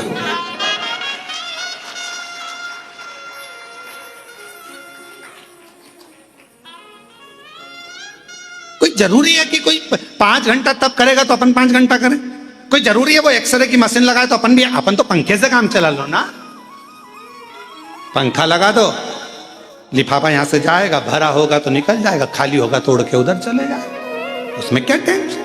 अब कोई कहे कि वो 5 घंटे भजन करता है तो मुझे 5 घंटा करना पड़ेगा, वो 7 घंटे भजन करे तो मुझे 7 घंटा करना पड़ेगा, वो 10 घंटा भजन करे तो ना बाबा, हम भोलेनाथ के, भोलेनाथ हमारे, और हम जितना भजन करें वो दिल से भले एक बार जपो और श्री शिवाय नमस्तुभ्यं, श्री शिवाय नमस्तुभ्यं, श्री शिवाय नमस्तुभ्यं, श्री शिवाय नमस्तुभ्यं, श्री शिवाय नमस्तुभ्यं, श्री शिवाय नमस्तुभ्यं। एक बार जपो। पर भाव जरूरी नहीं है कि अपन वो 3 करोड़ खर्च करे तो अपन 3 करोड़ करो, वो 5 करोड़ खर्च करे तो अपन 5 करोड़ करो, जरूरी नहीं है।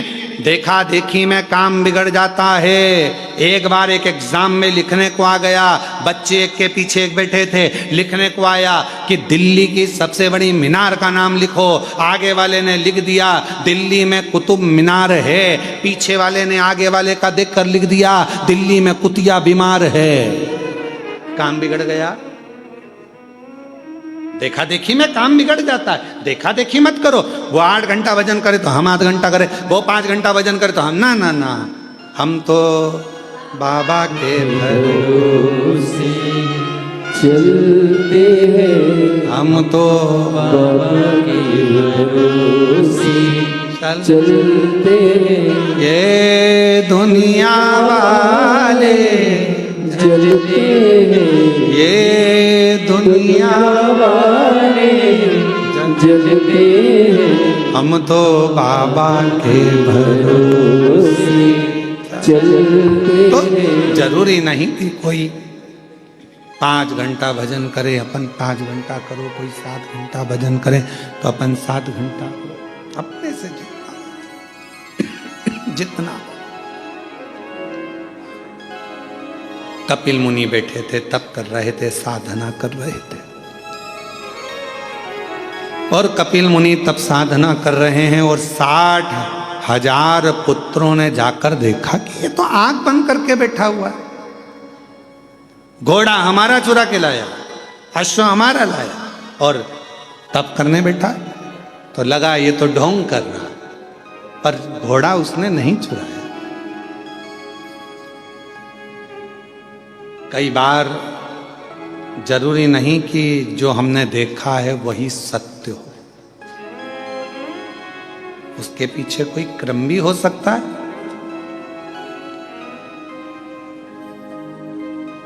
कोई जरूरी नहीं कि जो हम देखे हैं वो सत्य है। कई बार हम ये भी सोचते हैं कि हमने ये सब सुना है। तुमने आकर देखा वहां, तुमने आकर देखा। अभी कावड़ यात्रा हुई सीहोर में, उड़ा दिया खूब रुद्राक्ष, ऐसा हुआ, रुद्राक्ष वितरण हुआ तो उसमें भगदड़। अरे भाई, सीहोर कुबरेश्वर धाम का नियम है, कावड़ यात्रा में 2 दिन पहले रुद्राक्ष वितरण बंद होता है, पीछे के 5 दिन तक बंद रहता है। रुद्राक्ष महोत्सव जब सीहोर में होता है तो 1.5 महीने रुद्राक्ष वितरण बंद रहता है। दीपावली पर जब खजाना वितरण होता है तब 2 दिन तक रुद्राक्ष वितरण बंद होता है। गुरु पूर्णिमा का दिन होता है तो रुद्राक्ष वितरण बंद होता है। तो वहाँ भगदड़ होगी कहाँ से? अब वो तो कोई बीमार है, कोई तकलीफ में है, कोई कष्ट में है, किसी को दमा हो गया, श्वास चली गई, किसी को अटैक आ गया, ऐसे किसी के प्राण छूट जाए तो लोगों को बदनाम कुबेरेश्वर धाम को करना। और बदनाम बाबा, आई मृत्यु, जाना पड़ेगा, चाहे आप हो चाहे हम हो। जहां जिसकी लिखी है उसको वहां जाकर परमात्मा से मिलना पड़ेगा।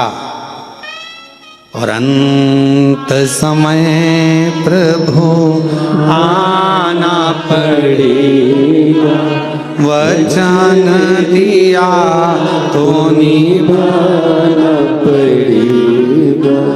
आए नाई प्रभु कुटुंब कबीला, अंत समय प्रभु आना पड़ेगा, वचन दिया तो निभाना पड़ेगा। अंत समय प्रभु आना पड़ेगा। जो दिया अंत समय, तो जहां आया वहां जाना ही है, कोई रोक नहीं सकता, कोई नहीं रोके।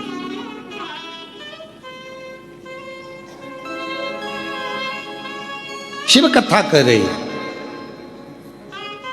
लग रहा है कि कपिल मुनि, अब तुमने देखा क्या 60,000 उन पुत्रों ने क्या देखा कि घोड़ा इन्हीं क्या बंधा है और ये आंख बंद करके बैठे। इनको तो मालूम नहीं कि इंद्रदेव ने चुराया और यहां लाकर बांध दिया, इनको तो ये मालूम ही नहीं है। इन्होंने तो जो देखा उसी को सत्य मान लिया।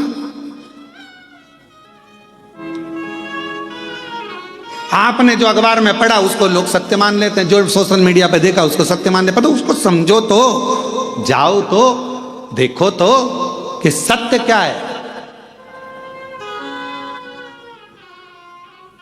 आज का जमाने में सत्य को तो बहुत नीचे दबा दिया जाता है और असत्य को प्रकट कर दिया जाता है। आज के जमाने में सत्य को कौन दिखा रहा है?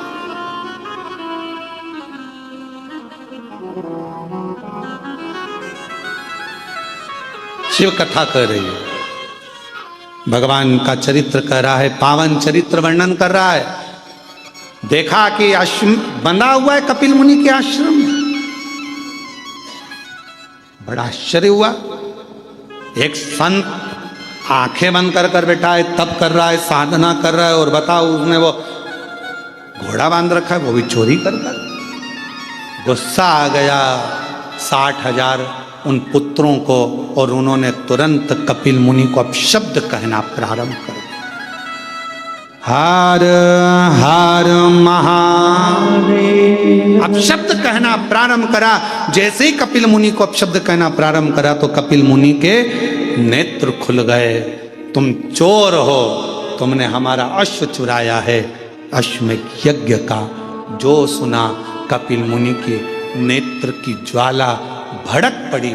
और तप में कोई डूबा हुआ होता है, साधना में कोई डूबा हुआ होता है, भक्ति में कोई डूबा हुआ होता है, उसकी नेत्र की ज्योति में तेज उत्पन्न हो जाता है।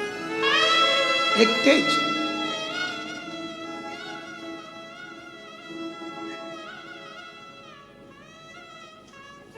एक तीव्रता आ जाती है।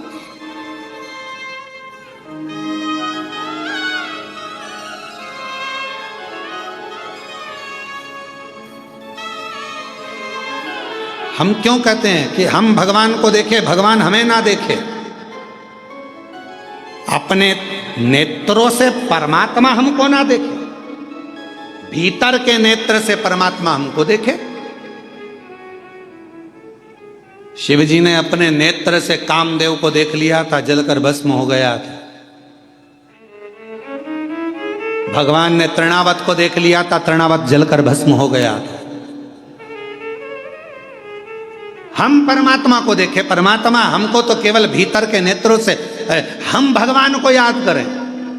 यह जरूरी है कि हम परमात्मा को याद करें, पर भगवान से कहना तुम हमको याद मत कर लेना। जिस दिन उसने तुम्हें याद कर लिया, तुम यहां नहीं दिखोगे, सीधे भगवान से कहना हम तुम्हें याद करें पर तुम हमें याद मत करना। याद उसको करा जाता है जो दूर चले जाता है। मेरे शिव, आप तो अपने हृदय में हमको बिठा कर रखना, हमें याद मत करना। हम तेरे पुत्र हैं, हम तेरी संतान हैं, हम तेरी औलाद हैं। अपने हृदय में, अपने दिल में। आज हम कृष्णेश्वर बाबा के दर्शन करने गए, और जब कृष्णेश्वर बाबा के दर्शन करने के लिए कृष्णेश्वर बाबा के मंदिर में पहुंचे हैं, तो बाबा से जाकर हमने एक ही बात कही, हाथ जोड़कर उनसे स्पर्श करते हुए कहा, बाबा बड़ी करुणा करी आपने। ये कथा आपकी गोद में हो रही है, बेरुल में हो रही है। कृष्णेश्वर बाबा, इस कथा को मैं किसी को सुनाने नहीं आया हूँ, केवल आपको सुनाने आया हूँ। मेरे बाबा, आप इस कथा को श्रवण करने जरूर आना, जरूर।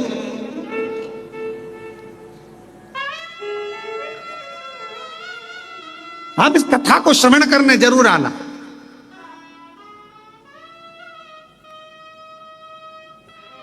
और मेरा विश्वास कहता है 7 दिन में एक दिन जिनके घर में अपन कथा करने बैठे हैं कृष्णेश्वर महादेव के, मेरा विश्वास कहता है वो घर का मालिक एक दिन जरूर आएगा। विश्वास करता है, मिलने, देखने, आनंद के साथ। आप दिल से, बाबा हम आपको याद करें, पर आप याद मत करो, आप तो हमको अपने दिल में रखो। याद उसको किया जाता है जो दूर होता है। आप हमसे दूर रहते हैं इसलिए हम आपको याद करते हैं, पर हम तो आपके भक्त हैं, आपके दिल में रहना चाहिए। आप हमें याद मत करो, याद करोगे तो निपट जाएंगे हम। आप तो हमको अपने दिल में रहो।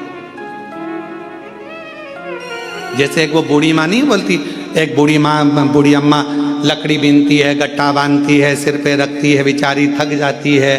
हे भगवान थक गई, उठा ले, हे भगवान उठा ले, हे भगवान उठा ले। एक दिन पार्वती जी ने शंकर जी से कहा, इतना बोल रही उठा क्यों नहीं लेते? शंकर जी जैसी बोली उठा ले, शंकर जी पहुंच गए, माँ चल मैं तुझे उठाने आ गया। इतने में बूढ़ी माँ बोली, मैं मेरे को उठाने की नहीं बोल रही, मैं तो बोल रही लकड़ी का गट्ठा उठा ले, मैं मेरी थोड़ी। शंकर भगवान ने पार्वती जी से कहा, पार्वती आज के बाद कभी नहीं आऊंगा, देख ले इतना चतुर मनुष्य है, इतना चतुर। ट्रेन की सीट पर माताएं अपना कब्जा जमाती हैं, लड़ती है, झगड़ती है और ट्रेन की सीट पे बैठी रहती है। और जब उसके 4-5 बैग होते हैं ना, तो उनको उतारने का जब समय आता है ना, तो जिससे झगड़ा हो रहा था ना उसको, भैया प्लीज हेल्प करोगे, थोड़ी सी हेल्प कर दो भैया, इनको बैग को वहां तक दे दोगे। अब भैया बैग को लेके दरवाजा तक पहुंचा, उसके बाद भी भैया, वो तो छोटा सा हैंड बैग टांग के खड़ी सिर पर, भैया प्लीज नीचे भी रख दो ना। भैया बेचारा भैया में फंस गया, उतार के नीचे दर्दी का। छत्रपति संभाजी नगर से बैठी थी ट्रेन में, आकोला तक झगड़ती गई है पूरी। और जैसे ही आकोला आने वाला था तब इसने फ्रेंडशिप कर, भैया ले वो टॉफी खाओगे? बच्चे को मारती, अंकल हैं टॉफी दे दो थोड़ी सी। बच्चों को समझा रही है, यही अपना बैग उतारेंगे। अब इसको भैया क्या क्या, अब जरूरी थोड़ी ना। देखे सो 60,000 रखकर दृष्टि भगवान से मत कहो कि भगवान आप हमें याद करो, भगवान से कहो हम तो आपके दिल में बसे, बस इतनी कृपा करो। याद उसको किया जाता है जो दूर होता है, जो पास में होता है उसको कौन याद करता? कौन याद?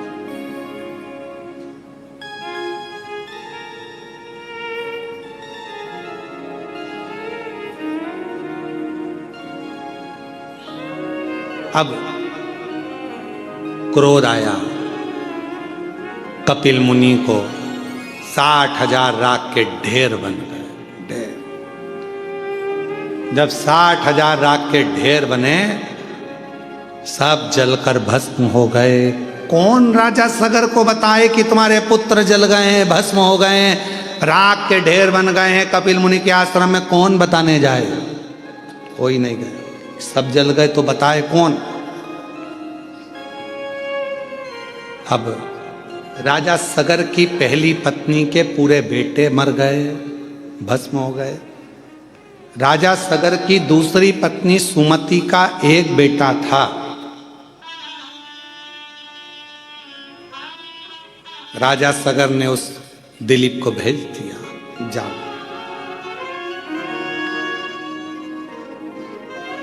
तुम्हारे भाई भी लौट कर नहीं आए, ना जाने कहाँ चले गए, जाकर पता करो। अश्वमेध यज्ञ का अश्व कहाँ है, तुम्हारे भाई ढूंढने गए हैं, देखो जाकर पता करो, जाओ जल्दी से जरा मालूम कर कर आओ।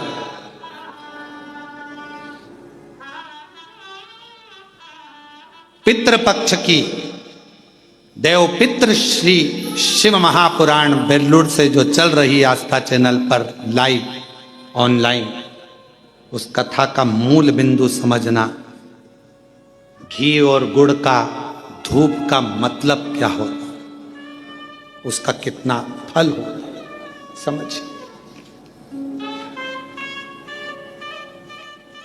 ढूंढ रहे हैं राजा सगर के पुत्र दिलीप, ढूंढ रहे हैं, पर ना 60,000 भाई मिल रहे, ना अश्वमेध यज्ञ का अश्व मिल रहा, नहीं मिल रहा। तब आखिरी में ढूंढते ढूंढते वशिष्ठ ऋषि के पास राजा दिलीप पहुंच गए, हाथ जोड़कर प्रार्थना करी, गुरुवर ढूंढते ढूंढते मैं थक गया, ना अश्व मिला, ना मेरे 60,000 भाई मिले, कृपा करें। ना मेरे भाई मिल रहे हैं 60,000, ना अश्वमेध यज्ञ का अश्व मिल रहा है, आप करुणा करें, आप कृपा करें, आप दया करें, कुछ तो करिए बाबा, कृपा करिए बाबा। वशिष्ठ बाबा ने नंदनी गाय को बुलाया, नंदनी गाय को बुलाकर दिलीप के सामने नंदनी गाय के दूध को धोआ, दूध का घी बनाया और घी बनाकर उसको नंदनी गाय के गोबर के कंडे को बनाकर थापकर उस गोबरी को सुखाकर उसको जलाकर उसमें गाय का घी और थोड़ा सा गुड़ डालकर उसका धूप निकाली और राजा दिलीप से कहा, दिलीप ये गाय का घी का धुआं जहां जाए इसके पीछे जा, ये वहीं जाकर रुकेगा जहां पर वो अश्वमेध यज्ञ का अश्व होगा और तेरे 60,000 भाई जहां होंगे वहीं रुकेगा, वहीं। कई लोग कहते पितृपक्ष में घी गुड़ घी शक्कर गोबरी पर कंडे पर जलाकर क्यों छोड़ना, क्यों? कई लोग कहते मम्मी ओल्ड फैशन, हमारे को हम नहीं करेंगे मम्मी, हम नहीं, क्यों? वशिष्ठ बाबा ने कहा ये धुआं, इस घृत का धुआं वहीं जाकर रुकेगा जहां तेरे 60,000 भाई हो, ये घृत का धुआं वहीं जाकर रुकेगा जहां पर वो अश्वमेध यज्ञ का अश्व होगा।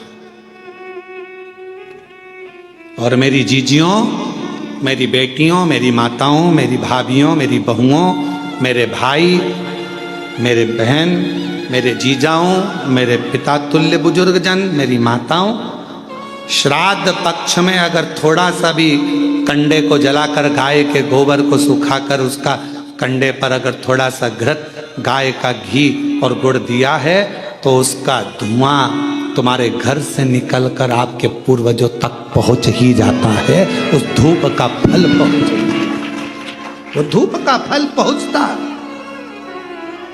हे राजा दिलीप जाओ, इस धुएं के पीछे पीछे जाओ। राजा दिलीप चल दिए, धुआं आगे। और हमारे यहां शिव महापुराण में तो धुएं की बड़ी महत्वता है, क्योंकि भगवान शंकर का नाम ध्रुमबान है और माता पार्वती का एक नाम ध्रुमावती है। आज भी दतिया में, जबलपुर के पास धुमा गांव में मां ध्रुमावती माता के दर्शन होते। शिव जी का एक नाम ध्रुम है, ध्रुमवान।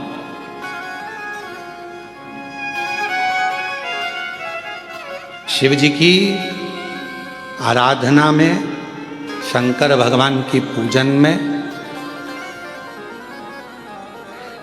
गाय का गोबर, देसी गाय का गोबर सुखाकर कंडा बनाकर गोबरी बनाकर उस पर थोड़ा सा गाय का घी डालकर और गूगल, बाजार में मिलता है गूगल, गूगल थोड़ा सा डालकर यदि कोई शंकर जी की आराधना 21 दिन तक उस धुएं को साक्षी बनाकर मूल मंत्र का जाप श्री शिवाय नमस्तुभ्यम के साथ अपने मन की कामना यदि कोई करता है तो ध्रुमेश्वर महादेव और माता ध्रुमावती उसका कल्याण जरूर करती है।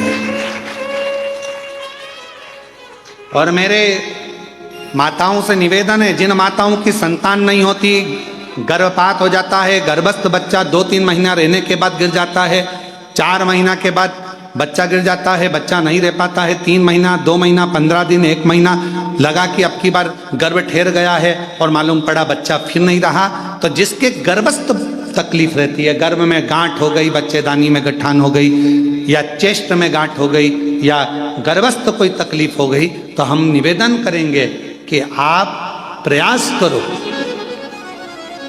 कोई से भी 21 दिन छाट लो कि इस दिन में को 21 दिन तक नियम धारण करना। उस बीच में अगर रजोधर्म आ जाता है तो घर का कोई व्यक्ति करे, पर 21 दिन तक वो नियम धारण कर लो।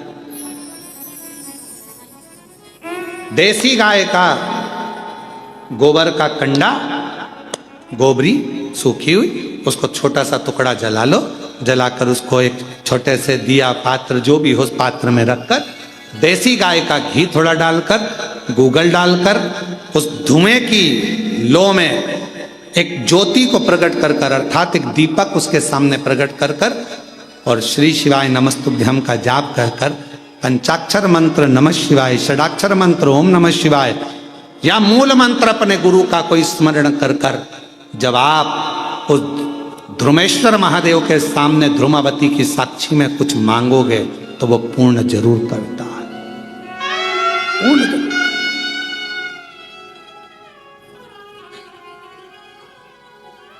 पूर्ण करेगा। बोल ध्रुमेश्वर महादेव की, ध्रुमावती माता की। ध्रुमेश्वर महादेव और ध्रुमावती माता ये धुएं के रूप में प्रकट हुए, धुएं के।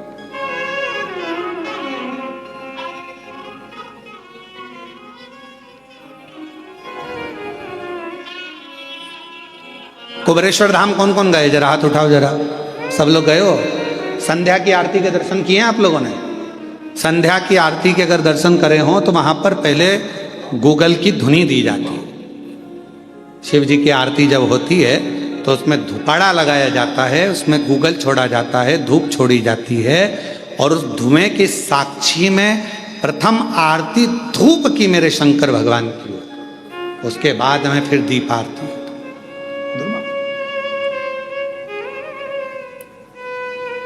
और कहीं कहीं आरती में आपने दर्शन करा होगा कि धूप की आरती के बाद धूपाड़े को रख दिया जाता है, उसके बाद दीप आरती होती है। पर हमारे कुबेरेश्वर धाम में धूप और दीप दोनों आरती साथ में होती है। ध्रुपेश्वर महादेव, धुमेश्वर महादेव की भी, मतलब अर्थात धूप से आरती, और दूसरा ज्योति में ज्योतिर्लिंग होता है इसलिए ज्योति की आरती, ये दोनों एक साथ उतरती है, दोनों साथ चलती। पर शुरुआत ध्रुमेश्वर से हो जाती है। और शंभु शरणे मांगू घड़ी रे, दुख काटो दया करी में दर्शन आपो।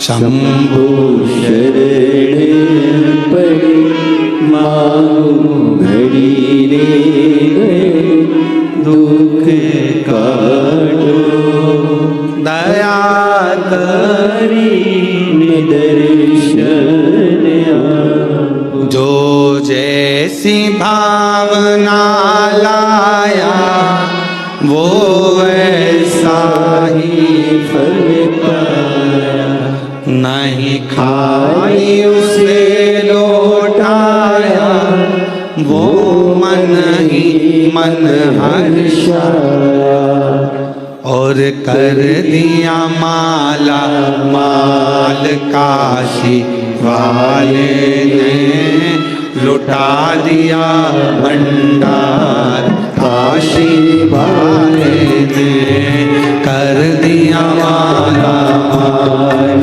काशी वाले ने, लुटा दिया भंडार काशी वाले ने। ओ लुटा दिया भंडार काशी वाले ने, लुटा दिया भंडार काशी वाले ने। ओ लुटा दिया भंडार काशी वाले ने, लुटा दिया भंडार काशी वाले ने। ओ कर दिया माला माल काशी वाले ने, लुटा दिया भंडार काशी वाले ने। ओ कर दिया माला माला माल काशी वाले ने लुटा दिया भंडार काशी वाले ने।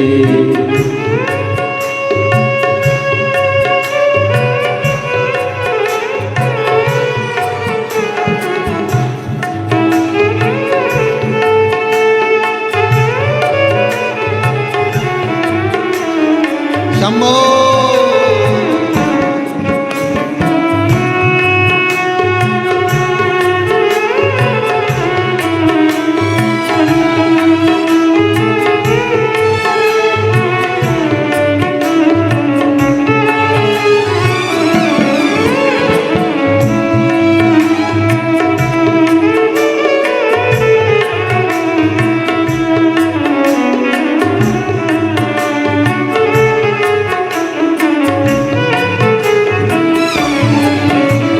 बड़े भाव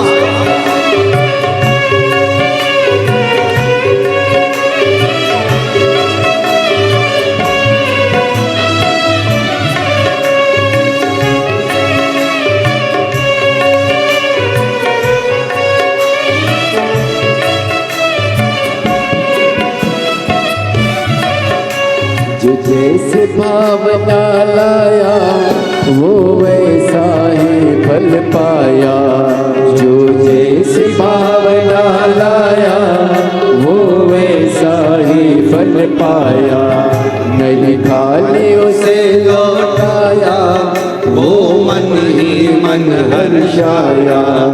नहीं खाली उसे लौटाया वो मन ही मन हर्षाया। और कर दिया उसे निहाल काशी वाले ने। कर दिया माला माल काशी वाले ने। कर दिया उसे निहाल काशी वाले ने। कर दिया माला माल काशी वाले ने। कर दिया माला माल काशी वाले ने। कर दिया माला माल काशी वाले ने।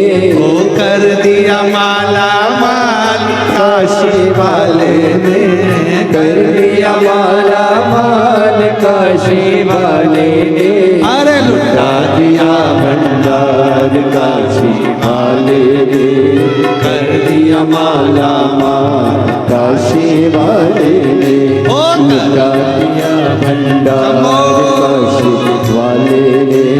कर दिया माला माल काशी वाले ने।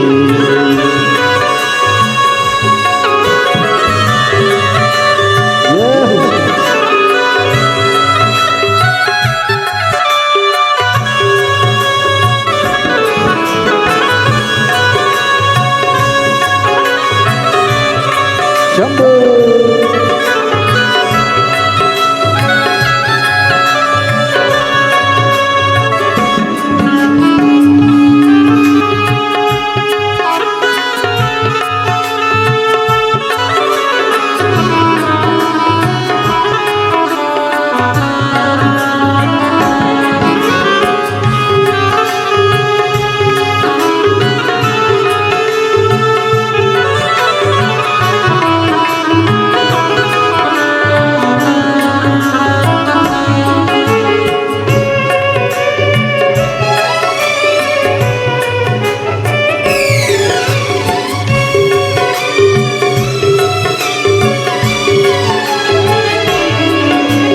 लगन लगाया सच्ची है उसकी नाव न अटकी। जो लगन लगाया सच्ची है उसकी नाव न डूबी। जो लगन लगाया सच्ची है उसकी नाव न अटकी। जो लगन लगाया सच्ची है उसकी नाव न अटकी। बेड़ों को पार लगाया नहीं देर करी पल भर की। बेड़ों को पार लगाया नहीं देर करी पल भर की। हो मिटा दिया जंजाल काशी वाले ने। कर दिया माला माल काशी काशी वाले ने मिटा दिया जंजाल, काशी वाले ने कर दिया माला माल, काशी वाले ने ओ कर दिया माला माल, काशी वाले ने कर दिया माला माल, काशी वाले ने ओ कर दिया माला माल, काशी वाले ने कर दिया माला माल, काशी वाले ने अरे लुटा दिया भंडार, काशी वाले ने कर दिया माला माल, काशी वाले ने ओ लुटा दिया भंडार, काशी वाले ने कर दिया माला माल, काशी वाले ने ओ लुटा दिया भंडार, काशी वाले ने कर दिया माला माल, काशी वाले ने ओ लुटा दिया भंडार, काशी वाले ने कर दिया माला माल, काशी वाले ने ओ लुटा दिया भंडार, काशी वाले ने कर दिया माला माल, काशी वाले अरे अपने स्थान पर बैठकर भगवान देवाधिदेव महादेव को अपने मन का भाव बड़े आनंद के साथ प्रार्थना करिए, विनय करिए, निवेदन करिए और भाव से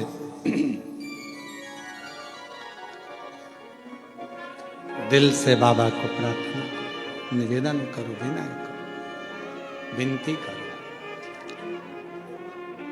सभी शिव भक्त बड़े प्रेम से भाव से विनय करें, निवेदन करें, प्रार्थना करें, विनती करें, साथ में बोलिए सभी।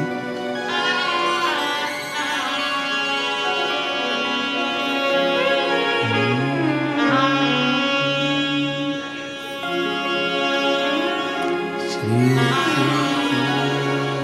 शिवाय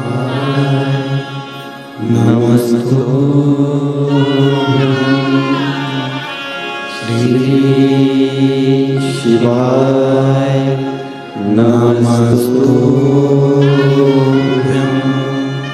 श्री शिवाय नमस्तुभ्यं, श्री शिवाय नमस्तुभ्यं,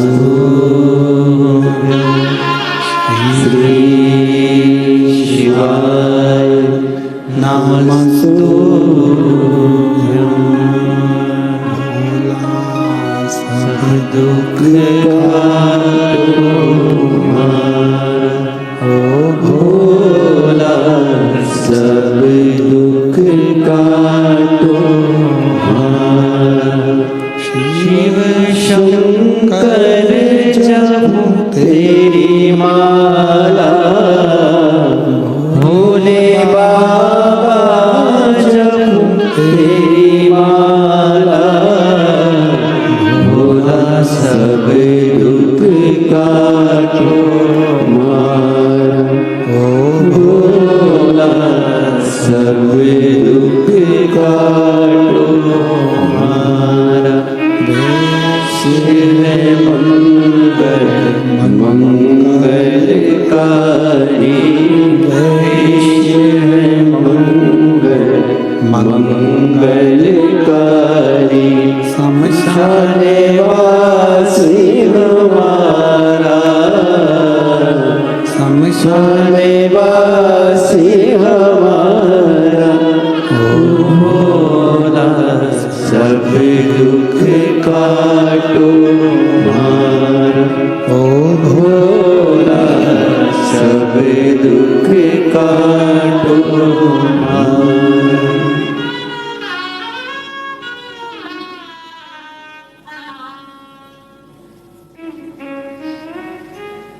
बाबा देवाधिदेव महादेव भगवान की उग्रदानी त्रिकालदर्शी कैलाशी विनाशी भगवान शिव की पवित्र कथा कर रही है, भगवान शंकर का पवित्र चरित्र कर रहा है, शिव महापुराण वर्णन कर रही है। भगवान देवाधिदेव महादेव का पवित्र चरित्र कह रहा है, वर्णन कर रहा है। वशिष्ठ बाबा ने कहा कि ये धुआं जहाँ तक जाए, जहाँ तुम्हारे 60,000 भाई होंगे, जहाँ पर अश्वमेध यज्ञ का अश्व होगा, वहाँ तक ये धुआं तुम्हें ले जाए। राजा दिलीप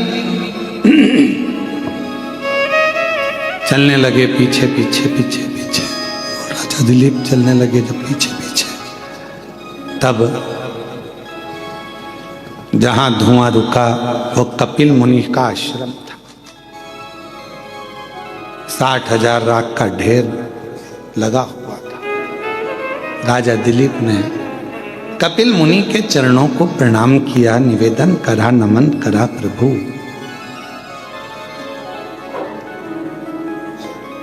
ये राख के ढेर कौन है? कहा राजन ये तुम्हारे भाई हैं 60,000।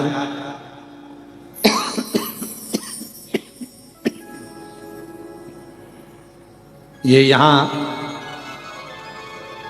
अश्वमेध यज्ञ के अश्व को ढूंढने के लिए आए थे और मुझ पर चोरी का इल्जाम लगा रहे थे। ये मैंने अश्व नहीं चुराया, ये तो इंद्र ने चुराकर यहां बांध दिया है। पर तुम यहां आए हो ना राजन, ये घोड़ा ले जाओ, ये अश्व ले जाओ। पर गुरुदेव मेरे ये 60,000 भाई का उद्धार कैसे होगा? इन्होंने तो प्रण लिया था कि जब तक अश्वमेध यज्ञ का अश्व हम नहीं ढूंढ लेते तब तक हम अन्न ग्रहण नहीं करेंगे।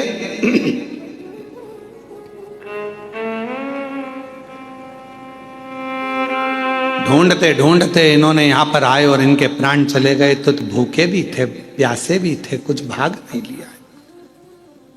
इनकी तृप्ति कैसे होगी? मुक्ति कैसे होगी?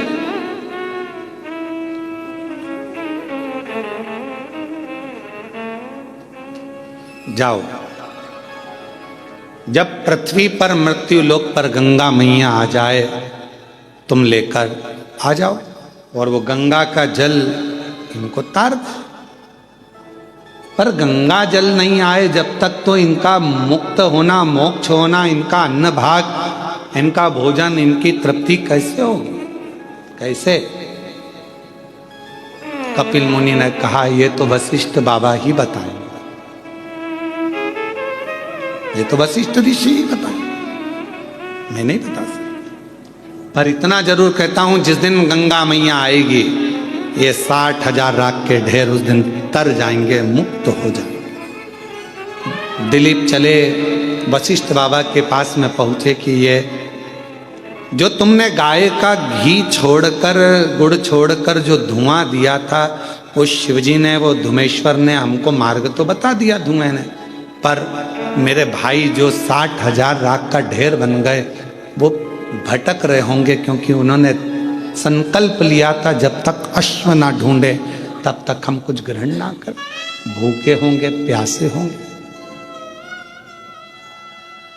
वशिष्ठ ऋषि ने कह दिया तुम चिंता मत करो, ये गौ माता के घृत से जो धुआं निकला है ये वो पितृलोक में जाएगा, जहां तुम्हारे 60,000 नहीं, जितने जितने तुम्हारे सूर्य वंश के भी जितने पूर्व के तुम्हारे पितृ विराजमान हैं उनको ये धुआं ही तृप्ति प्रदान कर देगा और उनको भूख नहीं लगने देगा, और वो वर प्रदान तुम्हारे ऊपर करेंगे, वर देंगे तुम्हें। और मैं आज वचन देता हूं, वशिष्ठ जी कहते हैं मैं वचन देता हूं आज, जिसके घर में आंगन में गाय के गोबरी पर, कंडे पर गौ माता के ही घृत से जो धुआं प्रकट होगा वो पितरों की तृप्ति देगा, पूर्वजों की तृप्ति देगा। उसके पितर भूखे नहीं रह सकते, उसके पितर भटक नहीं सकते, वो कभी इधर उधर भटकेंगे। कई लोग कहते हैं कि हमारे यहाँ पितृदोष लग गया, पितृदोष लग गया, कोई ने कहा ये दोष लग गया, कोई ने कहा वो दोष लग गया। शिव महापुराण की कथा, राजा भागीरथ का चरित्र, दिलीप का चरित्र, राजा सगर का चरित्र, 60,000 उन पुत्रों का चरित्र वर्णन कर रहा है कि जरा से धूप से दिए हुए जरा सी घी की आहुति से पितरों को तृप्ति मिल जाती। पितरों देना चाहिए। महाराज फिर निवेदन करूं आपको,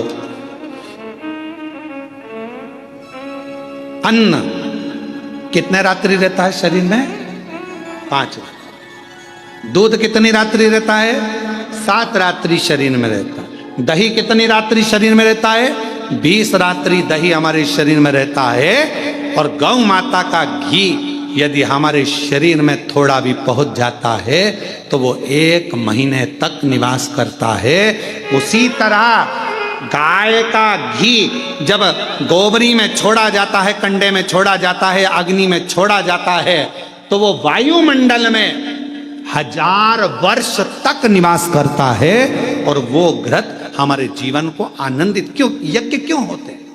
ये यज्ञ क्यों कहते हैं गाय के घी से यज्ञ करो, आहुतियां दो, हवन करो? क्यों करो? पुण्य आनंद कथा कह रही है।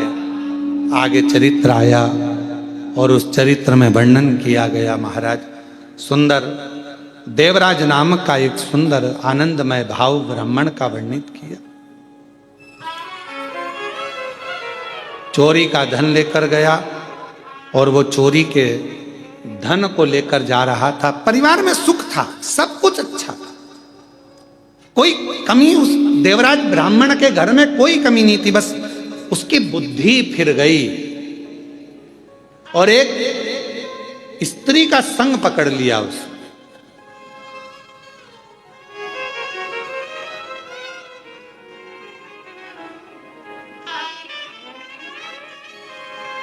अब ये दुनिया के लोग ये पर स्त्री का संग जहां मिल जाता है वहां व्यक्ति है खुद के बच्चे भूखे हैं और वो पर स्त्री का संग मिला तो उसके बच्चे का पेट भरना।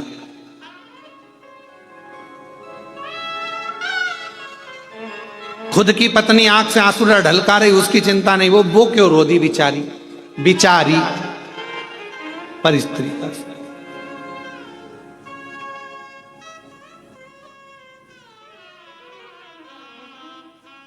अरे भाई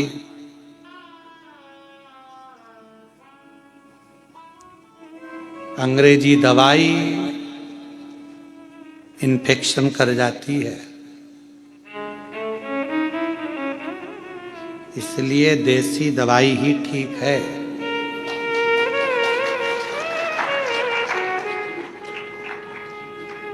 और समझदारों को इशारा ही काफी है दवाई से। इशारा ही काफी है। ध्यान रखो, जैसी जगदम्बा अपने को मिली है वो अच्छी है, दूसरे के नहीं चाहिए। दूसरे का धन और दूसरे घर की नारी पर स्त्री पर धन एक दिन हमारी विनाश का कारण बन जाता। लंकापति रावण का चरित्र कह रहा। पर स्त्री को स्पर्श, पर स्त्री का लाना, पर स्त्री को अपने लंका में लेकर आना और पूरी लंका का भस्म हो जाना, जल जाना, ये उसी का प्रमाण है। पर नारी पर धन दुख देता, श्रेष्ठता नहीं देखा। देवराज क्या क्या कमी थी? परिवार अच्छा चल रहा था, भोजन अच्छा चल रहा था, घर अच्छा चल रहा था, कुटुंब अच्छा चल रहा था, पर एक स्त्री का संग पकड़ लिया। वो स्त्री ने कह दिया मुझे राजा की रानी जो हार पहनती है वो हार मुझे ला कर दो। उस स्त्री के कहने, पत्नी इतनी दिन से कह रही थी कि गिलकी ला दो, कद्दू ला दो, आलू ला दो, टमाटर ला दो, नहीं लाए, और वो चला वो रानी के गले का हार लेने पहुंच गया।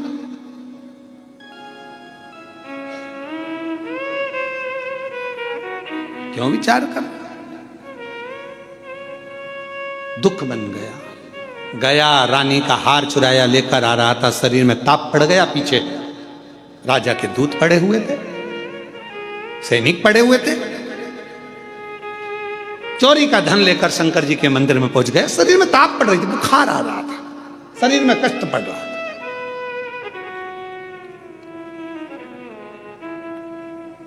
और शरीर में कष्ट हो, अब ईमानदारी से बोलो, तुम बीमार पड़ जाए तो वो पर नारी तुमको संभालेगी क्या? बोलो बोलो, जम के बोलो जरा, नहीं समझ।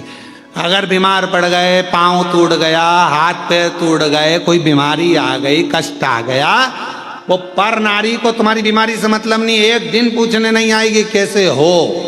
उसको तो तुम्हारे 1000 और 500 से मतलब था, तो वो पूछने नहीं आएगी।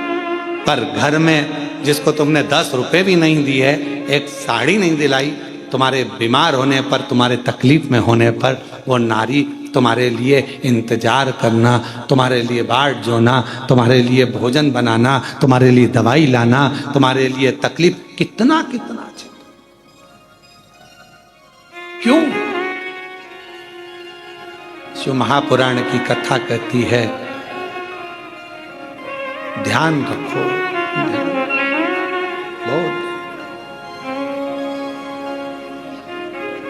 बहुत तकलीफ के। अंग्रेजी दवाई खा जरूर लोगे, फिर मालूम पड़े साइड इफेक्ट हो गए। तो क्या क्या हो गया? किडनी खराब हो गई, लीवर गड़बड़ हो गया, शरीर डैमेज हो गया।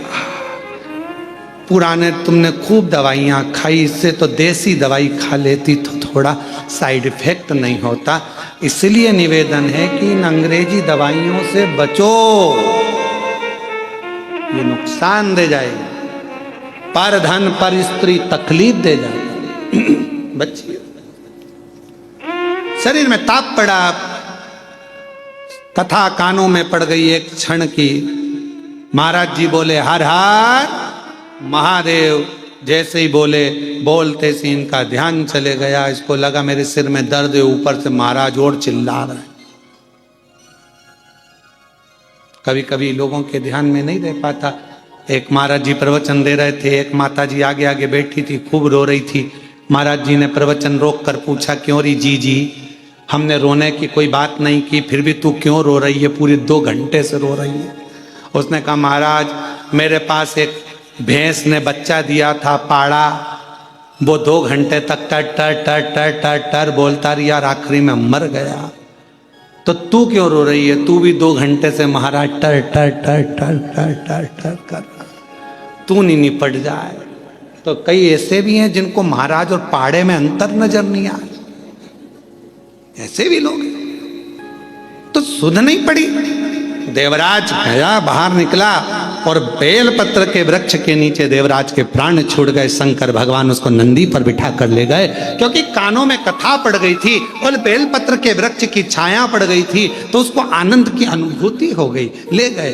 समय आया, एक बिंदुक नामक का ब्राह्मण था, जा रहा था चोरी का धन लेकर, डूब गया पानी में, मर गया, प्राण छूट गए। पानी में डूब कर मरे हुए की गति नहीं होती, बहुत मुश्किल है। उसका एक ही साधन है, केवल शिव महापुराण, एक साधन है। कभी जिंदगी में आपके आसपास के क्षेत्र में कभी मौका मिल जाए, पंडाल में कथा श्रवण करने को मिल जाए, आगे बढ़कर जाना और कथा में बैठ जाना। उस जीव की गति, कोई अधोगति में मर गया, कुंवारी अवस्था में मर गया, अचानक चले गया, उसकी एक गति एक ही सुधार सकती है, वो शिव महापुराण की कथा। और अगर मिल जाए पितृपक्ष में शिव महापुराण की कथा, और कोई अधोगति में मरा है, अचानक चले गया, बहुत जीना चाहता था, बहुत कुछ करना चाहता था, प्राण चले गए, उसकी गति सुधारने का श्राद्ध पक्ष में अगर शिव महापुराण की कथा सुन लो, श्रवण करने को मिल जाए, तो जीव की गति सवर जाती है, सुधर जाती है। भले वो एक क्षण की क्यों ना मिले, एक पल की क्यों, गति सुधार। बिंदुक मर गया, प्रेत योनि में पड़ गया। चंचुला देवी काशी भ्रमण को गई, वहां जाकर उसका चित्त रमा और कथा सुनने का भाव प्रकट हुआ। चंचुला के प्राण छूटे, भगवान शिव के धाम और पार्वती जी की सहेली बन गई। तुमरुका जी ने कथा कही, ईसर और गोरा जी कथा श्रवण कर रहे हैं। शिव पार्वती जी, ईसर गोरा जी आ रहे हैं। जोरदार ताली बजाकर ईसर गोरा जी के लिए साधुता कहेंगे। जोरदार ताली बजाकर ईसर गोरा जी पधार रहे हैं। भाव से, आनंद से ईसर जी और गोरा जी आ रहे हैं। जोरदार ताली बजाकर स्वागत करिए भगवान ईसर जी और गोरा जी को। बोल विश्वनाथ भगवान की जय। ईसर गोरा जी पधारे। सुंदर आनंदमय आज पितृपक्ष में चल रही शिव महापुराण ऑनलाइन, जिसका प्रथम दिवस यहाँ विराम लिया है। 2 बजे से 5 बजे तक इस पवित्र कथा को रोज श्रवण करिए और अपने जीवन को धन्य बनाइए। हर हर महादेव। हर